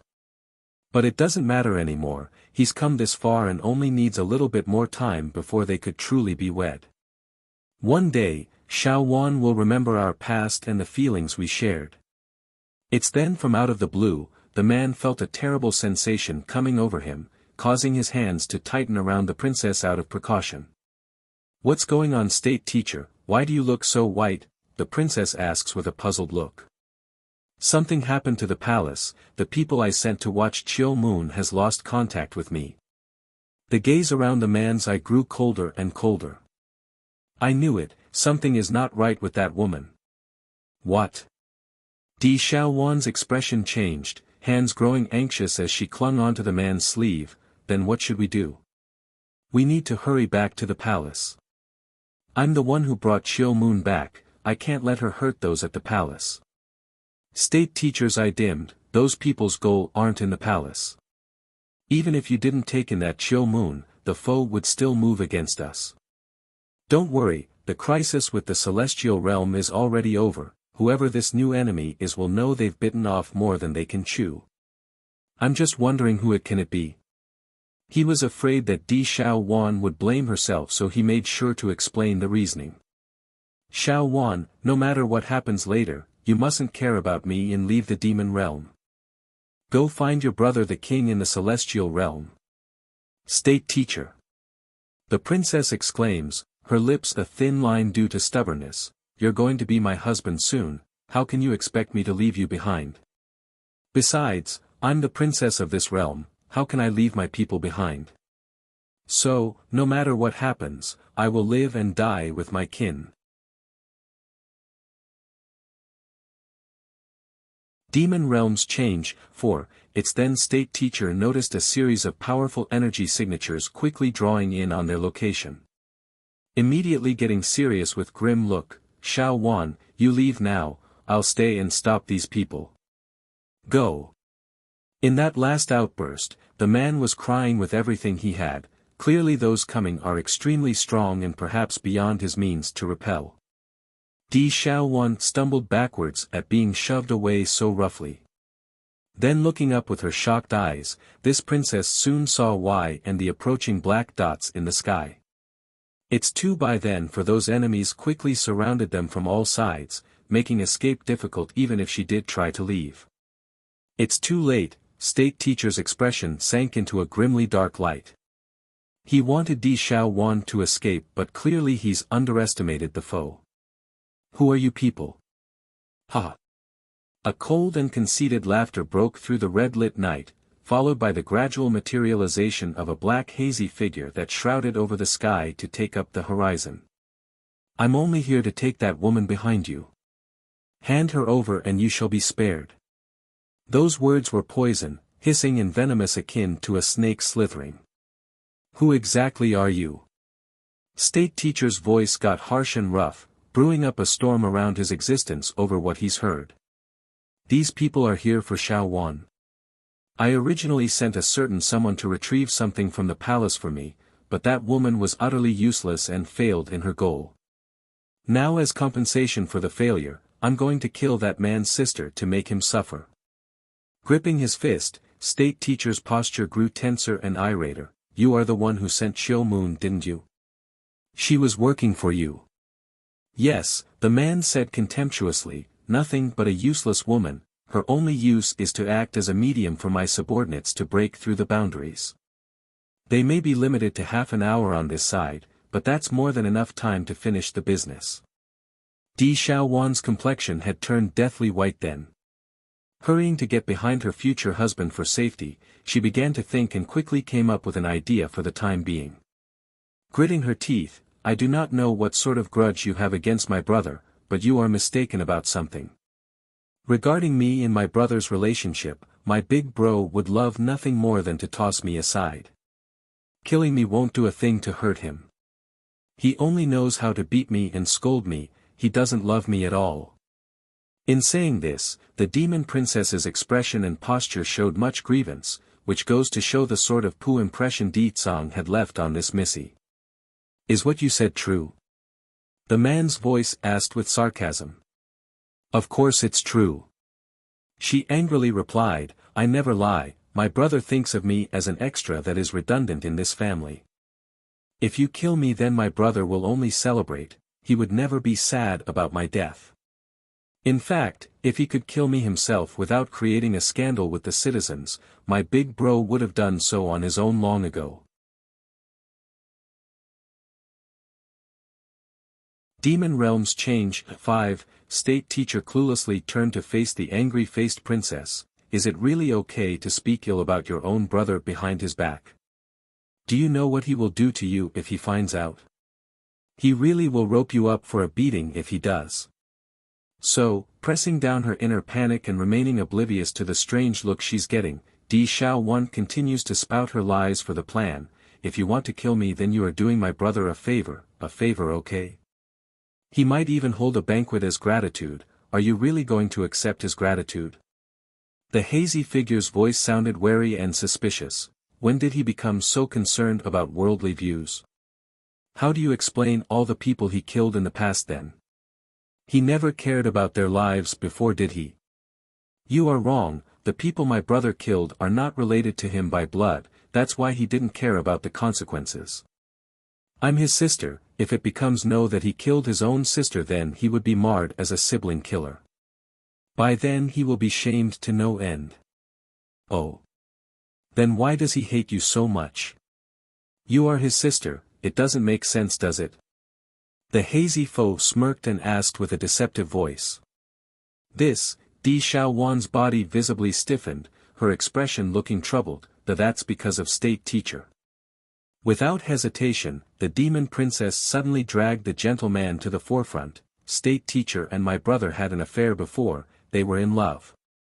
My brother doesn't want his man to be stolen by me but could do nothing. From then on he's hated us both. You tell me, wouldn't you hate the person who stole your love? State teacher's mind literally exploded then. I had an affair with the king. If this is heard by the king, it's likely. I can forget about continuing to stay in the demon realm. I won't be able to stay beside Xiaowan's side. The haze cackled a laugh, his voice filled with contempt. Di Xiaowan, do you think I will believe your outlandish words? Besides, even if what you say is true, I would rather kill 100 than to miss a single one.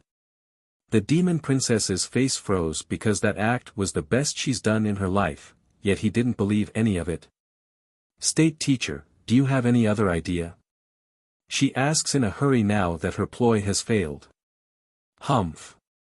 The haze snorted with displeasure. Don't waste my time, both of you will die today.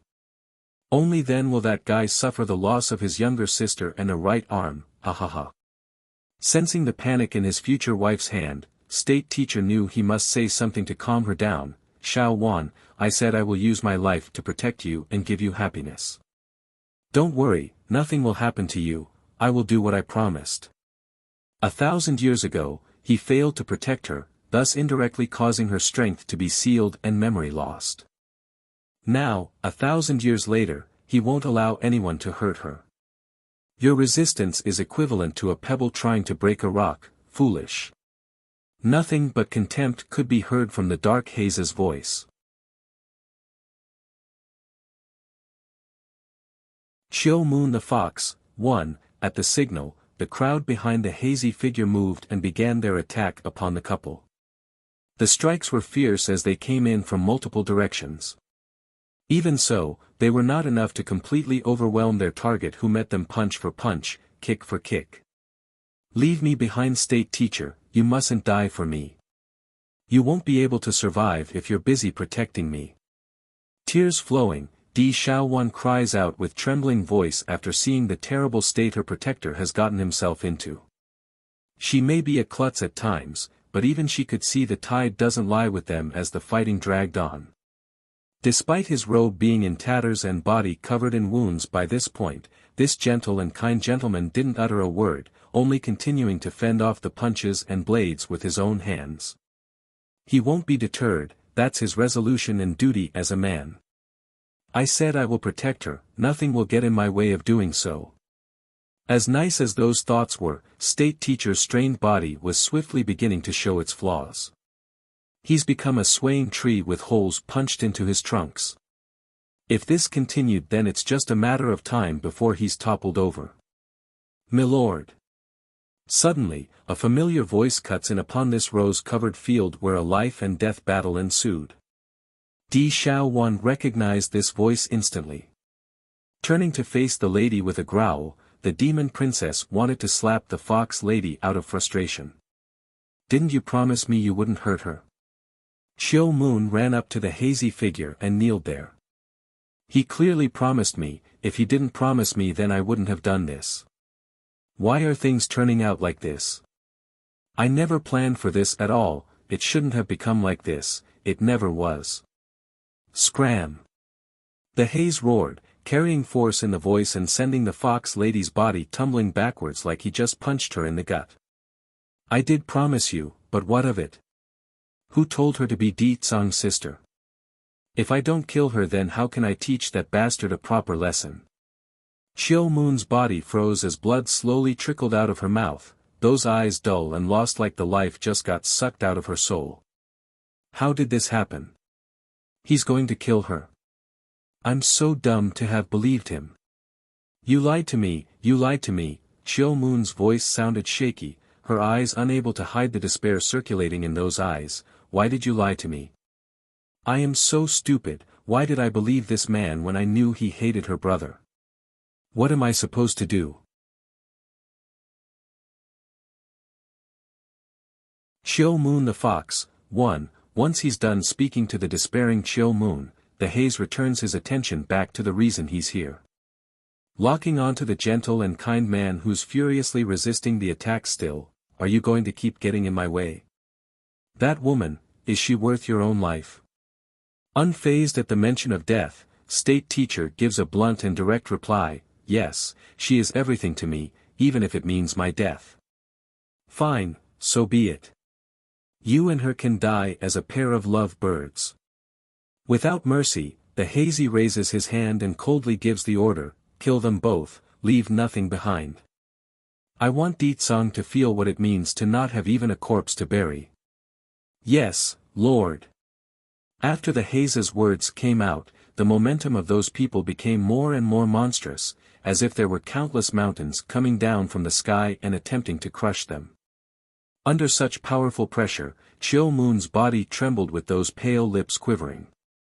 Despite this, her eyes were very angry still, but more were that of panic and deep regret.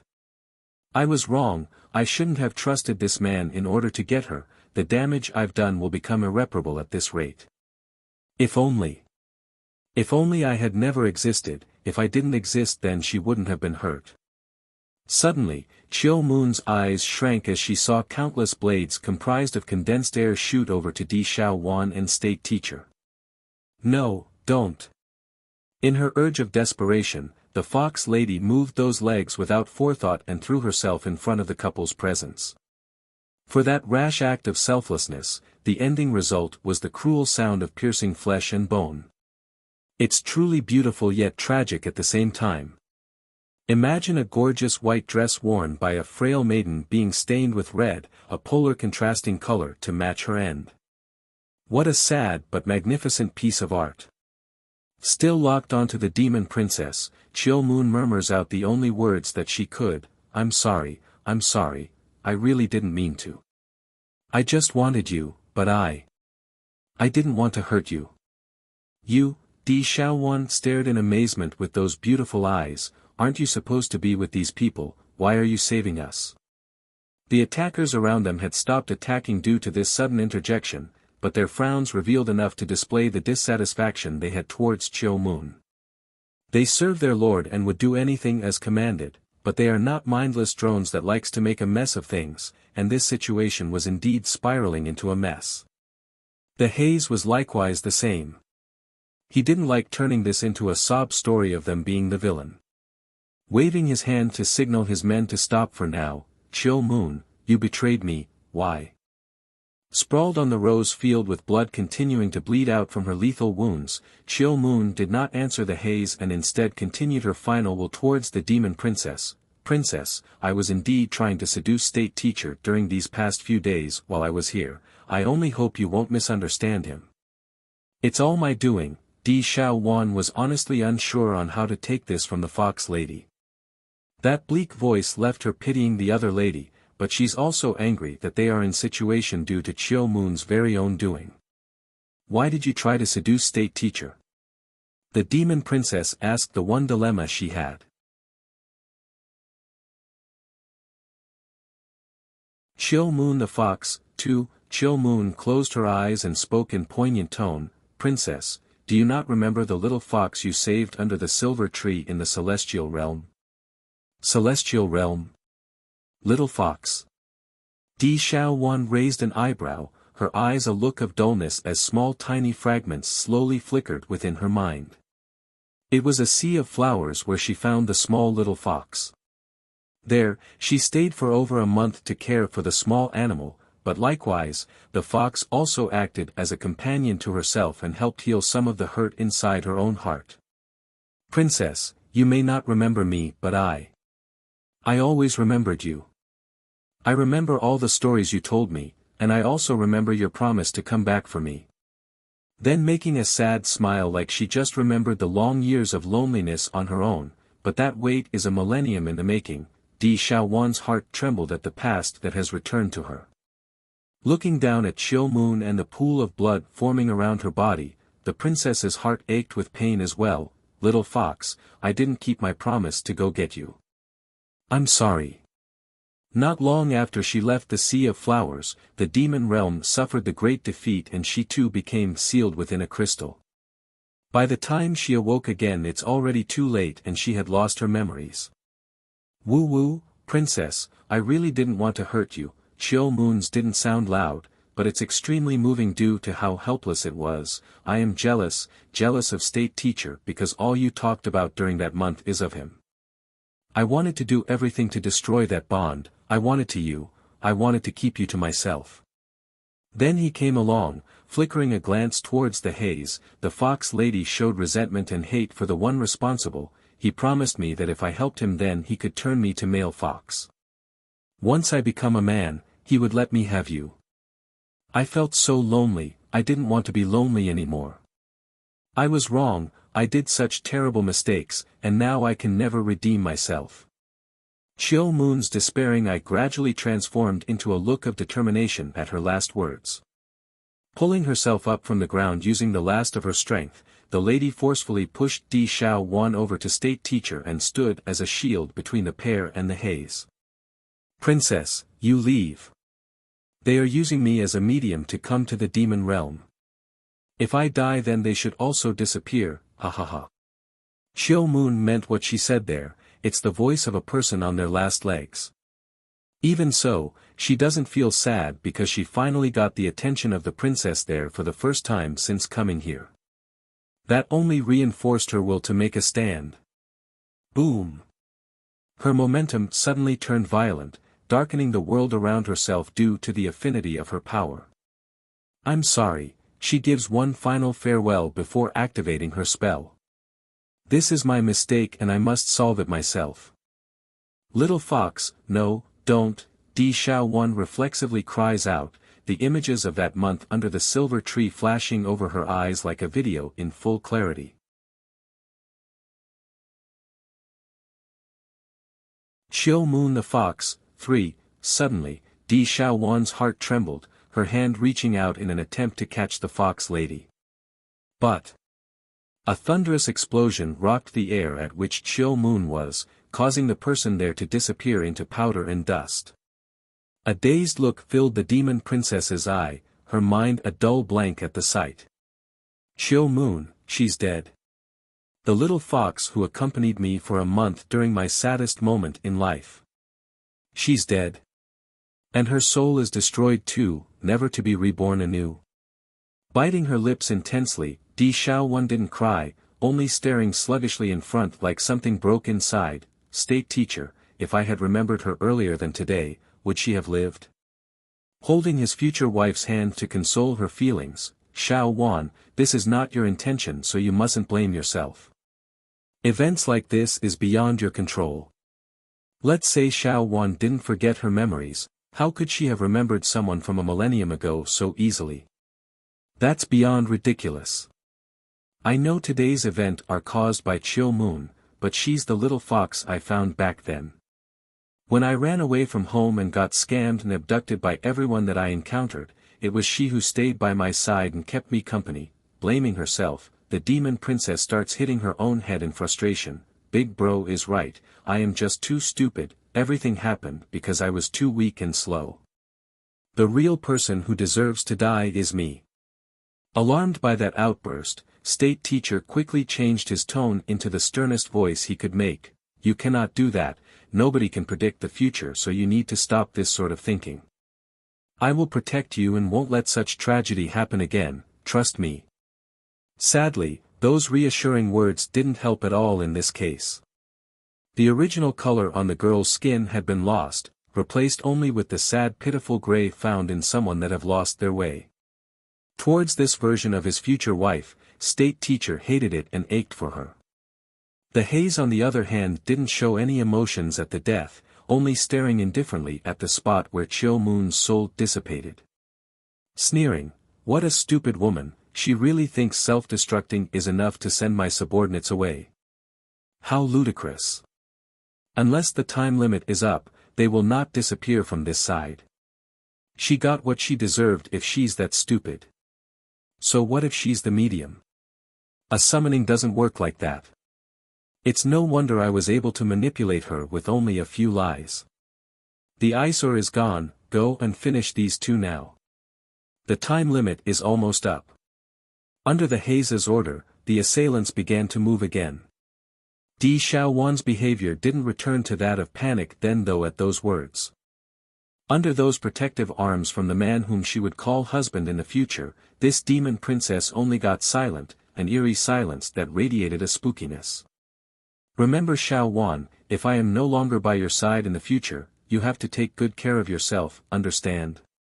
State teacher ignored those who rushed at him and showed his iconic gentle smile when giving this statement.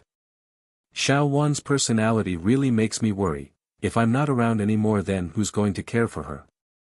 Who's going to comfort her when she's sad? State teacher.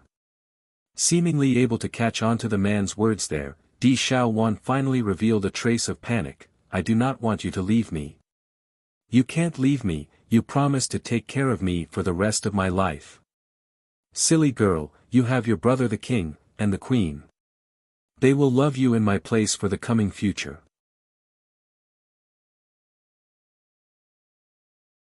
State teacher's injury. 1. Without fear, state teacher resumes his defense against the enemies that had already come before himself, but instead of a harsh look in his face though, he's faintly smiling this time around.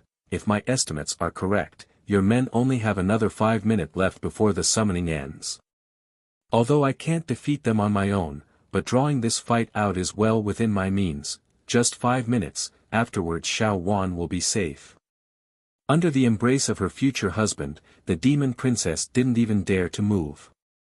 She knows all too well how weak her strength was in comparison to all these people, therefore she didn't want to cause any more trouble by acting careless or rash. It's just that when her pupils landed on those knives and swords contacting the very person protecting herself, this girl just couldn't resist shrinking those eyes in. There's blood. No. Voice cried out with great pain and sadness, echoing out across this sea of roses and sending the petals fluttering across the air.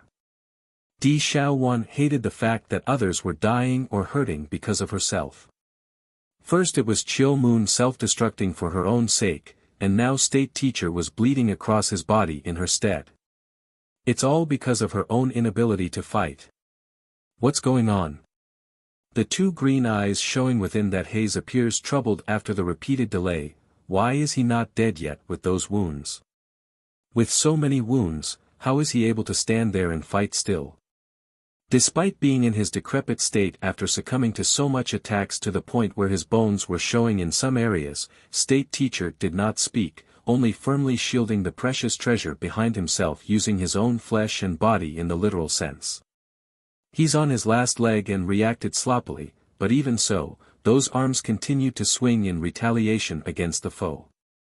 This sluggishness didn't escape the assailants though.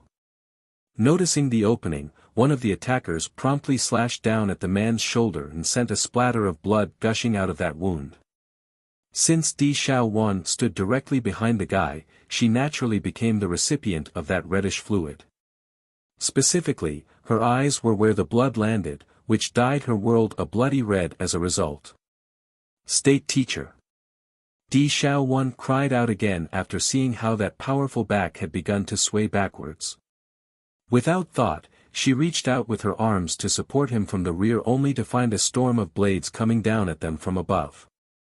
She didn't know what else to do then aside from closing her eyes for what's to come. However, the expected scythe upon her life never came, only the falling sparkles of twinkling dust once she reopened her eyes. Is it time? The Heisa's shrouded appearance somehow gave off a look of displeasure. Gloomily locking onto the demon princes, I may not be able to kill you today, but that guy's life is as good as done. Di Tsum will have lost a right arm.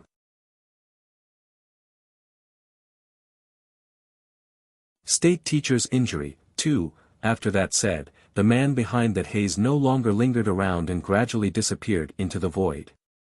He's done a part of what he wanted, though not complete, it's enough for today. State teacher, you mustn't die. I got a lot of Dan pills from sister-in-law, you hurry take some. Without delay, Di Xiaowan hurriedly poured out the pills in her possession after seeing their safe and attempted to stuff the beads into her future husband's mouth. However, the feat was a difficult one in this case. State teacher simply suffered too many injuries, many lethal at that. Forget about swallowing something, there's hardly any breathing rhythm in that chest anymore. Seeing the dire situation, the demon princess knew she had to take drastic measures. Stuffing the pills into her own mouth, she leans forward and used her own tongue as a leverage to pry open that mouth. She could feel the cold lips over their intimate contact, and for that, she shuddered instead of feeling any heat in the cheeks. Try as she might though, Di Xiaowan still didn't feel any change in the man's complexion afterwards. In fact, it's only getting worse as all color drained from her future husband's skin. State teacher. She painfully cries, the tears of grief and despair abundant along that face. On the other end, state teacher himself only wants to take a good long rest. But with that constant crying from his precious love, the man felt numerous needles repeatedly stinging into his heart. He tried to open those eyes to reassure her, sadly, he's absolutely powerless in his current state. Don't cry, it hurts when you cry. He finally manages to murmur this out despite it being nothing but a wisp from that mouth. Woo, why did you protect me? I'd rather it be me if they are going to kill anyone. Because, the man musters up all his remaining strength only to raise a finger to touch the chest, because, you are in here. You are in my heart, my world, how can I ever give you up? Di Xiaowan's hand suddenly froze, her tears no longer able to be controlled as it rained down in a torrential tide due to all the emotions inside. Finally, as if saying his last will, state teacher's life signature ceased to exist, his finger also dropping back down into an unmoving state. There's no longer any warmth left in those eyes as it stared upwards into the air. For her, I'll give up my life. As long as she's okay, anything is fine. Realizing this was it, the demon princess grasped her own head in utter agony. No words could describe her own emotions, nor any action could elevate the pain thumping from within. State teacher is dead.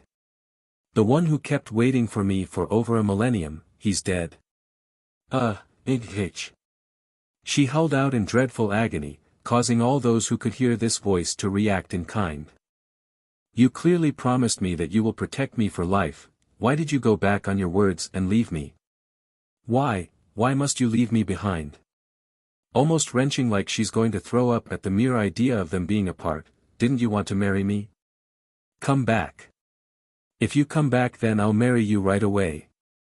I'll give you hundreds of babies, I'll give you anything as long as you come back. I'll be good and never bully you again. Why is everyone I know leaving me one after another? It hurts so much.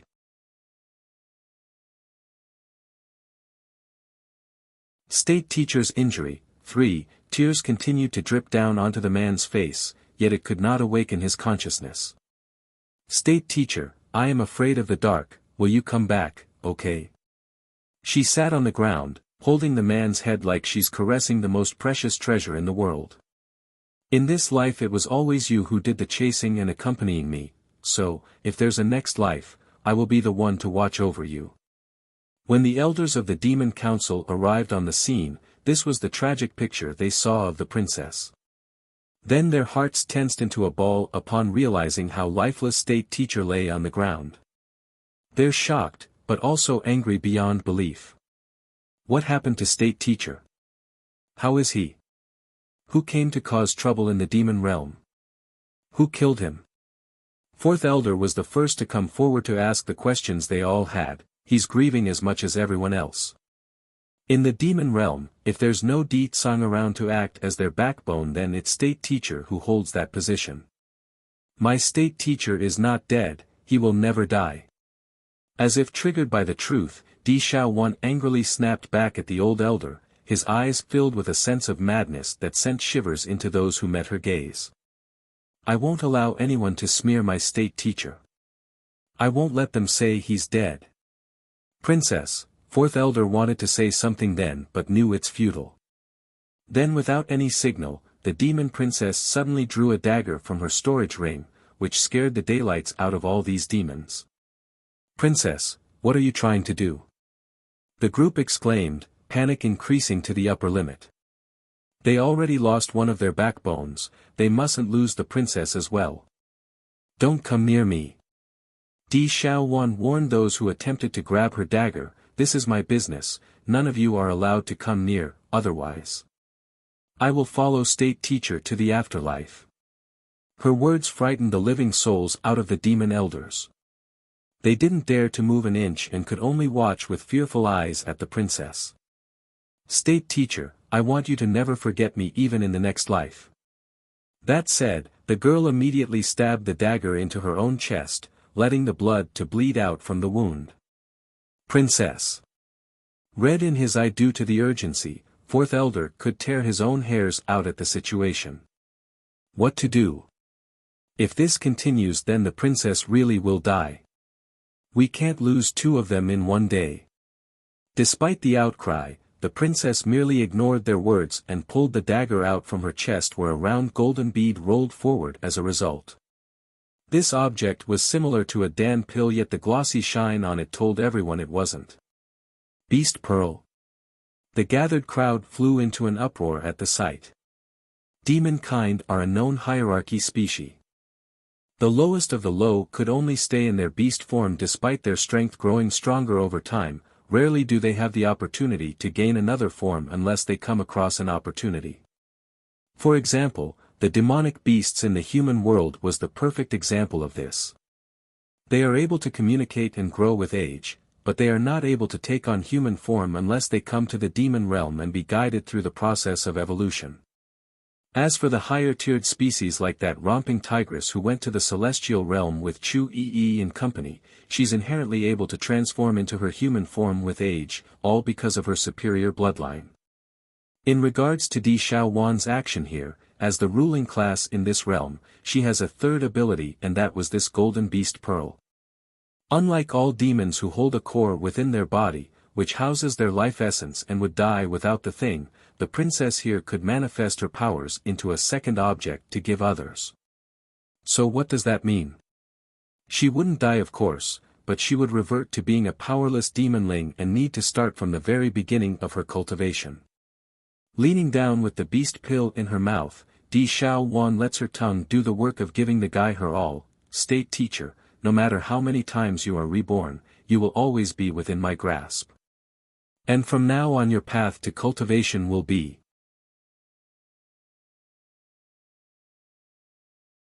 State Teacher's injury. 4. But State Teacher, I really don't want to leave you for even a moment. That said, the princess closes her eyes to recall back to the moment where the man fell. She's remembered it all now due to the trauma. They were nearly wed back then. If not for that incident, perhaps, she would have already been his wife by now, and they be with children all around like a happy family. Princess, let's go back to the palace first, and your injuries. fourth elder slowly stepped forward and attempts to persuade the girl only to be rejected in the next with a shake of the head. This wound is nothing, the hurt state teacher took in my stead is far more painful, the her in the past would have been afraid of pain, afraid of death, but this precious and kind man has died, that means so does her heart that went with him. What does it matter for a small little hole to be in her chest? It doesn't hurt at all because her whole being was numb to the bone. Fourth elder opened his mouth only to look down at the lifeless body on her laps. Coming up with an idea, princess, if you don't treat your injury then state teacher will surely be distressed. He isn't, his soul hasn't completely left yet, I'm sure he's still watching you. Di Xiaowan's body went rigidly stiff, voice sounding soulless in her own right, I mustn't worry state teacher. You are right, I need a Dan pill, I need some medicine. In her panic, the demon princess clumsily dropped a bunch of the medicine bottles she found inside her storage ring. Nevertheless, she did manage to pop one of the proper ones into her mouth after some struggle. She's always been nitpicky when it came to cleanliness, but right now was not that time. Sure enough, the wound in her chest swiftly closed and the blood quenched after ingesting the pill. Making a sad and pitiful smile, you see state teacher. I am good, you don't need to worry about me, I can. I can take care of myself. Why don't you open your eyes and see for yourself? Clearly, the heartache and unstable emotions continued to dominate that poor mind, which caused the grieving lass to say that last bit of irrational request.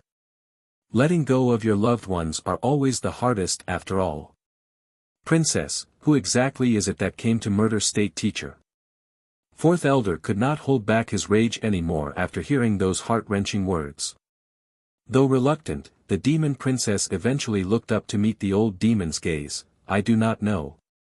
I don't know anything, all I know is that I caused state teacher's death. This is all my fault, I damned state teacher with my own foolishness and blindness. It's then when the mood has hit a standstill and left them all extremely heavy and dark, several familiar auras suddenly caught their attention. It's coming fast and roused the group to look up towards at the source direction. Of them Di Xiaowan should be the most excited here, but events so far dampened any mood for joy in this case. Meanwhile over in the sky, Di Tsang and Bai Yan had come to a halt by this point. They could also sense the strange atmosphere gripping the demon realm. Sweeping their gaze across the horizon, their attention soon fell upon the sea of flowers where they saw state teacher's blood-stained body. Mother, Bai Xiachen tugs at his mother's sleeve after finding this oppressive air discomforting. What happened to auntie and state teacher? Why, can't I sense state teacher's energy signature? Coming back to attention, fourth elder was the first to cry out after recognizing the faces. King, Queen, Prince, thank goodness you're back, state teacher he's dead.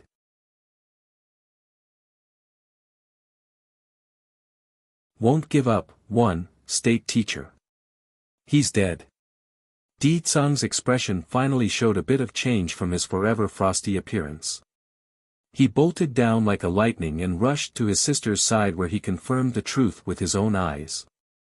Yen, do you have any way to save him? The demon king swings his head around and asked. Bai Yan also descended after hearing the news, but her complexion didn't look well after getting the question. After a brief pause, she shakes her own head in denial. I'm sorry Di Tsang, state teacher is gone, she's a very capable alchemist, one of the finest in all the realms at this point, but not even Bai Yan could raise the dead who had already passed. Originally Di Xiaowan could still hold a flicker of excitement in her eyes at the arrival of her greatest idol, but that hope died out following those words. It's a heavy blow to an already unstable soul. So even sister-in-law's ability is not enough. Does that mean I will have to be forever separated from state teacher?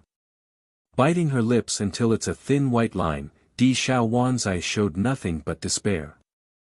It's a void that carried no light. Di Xiaowan, do you know who did this to state teacher?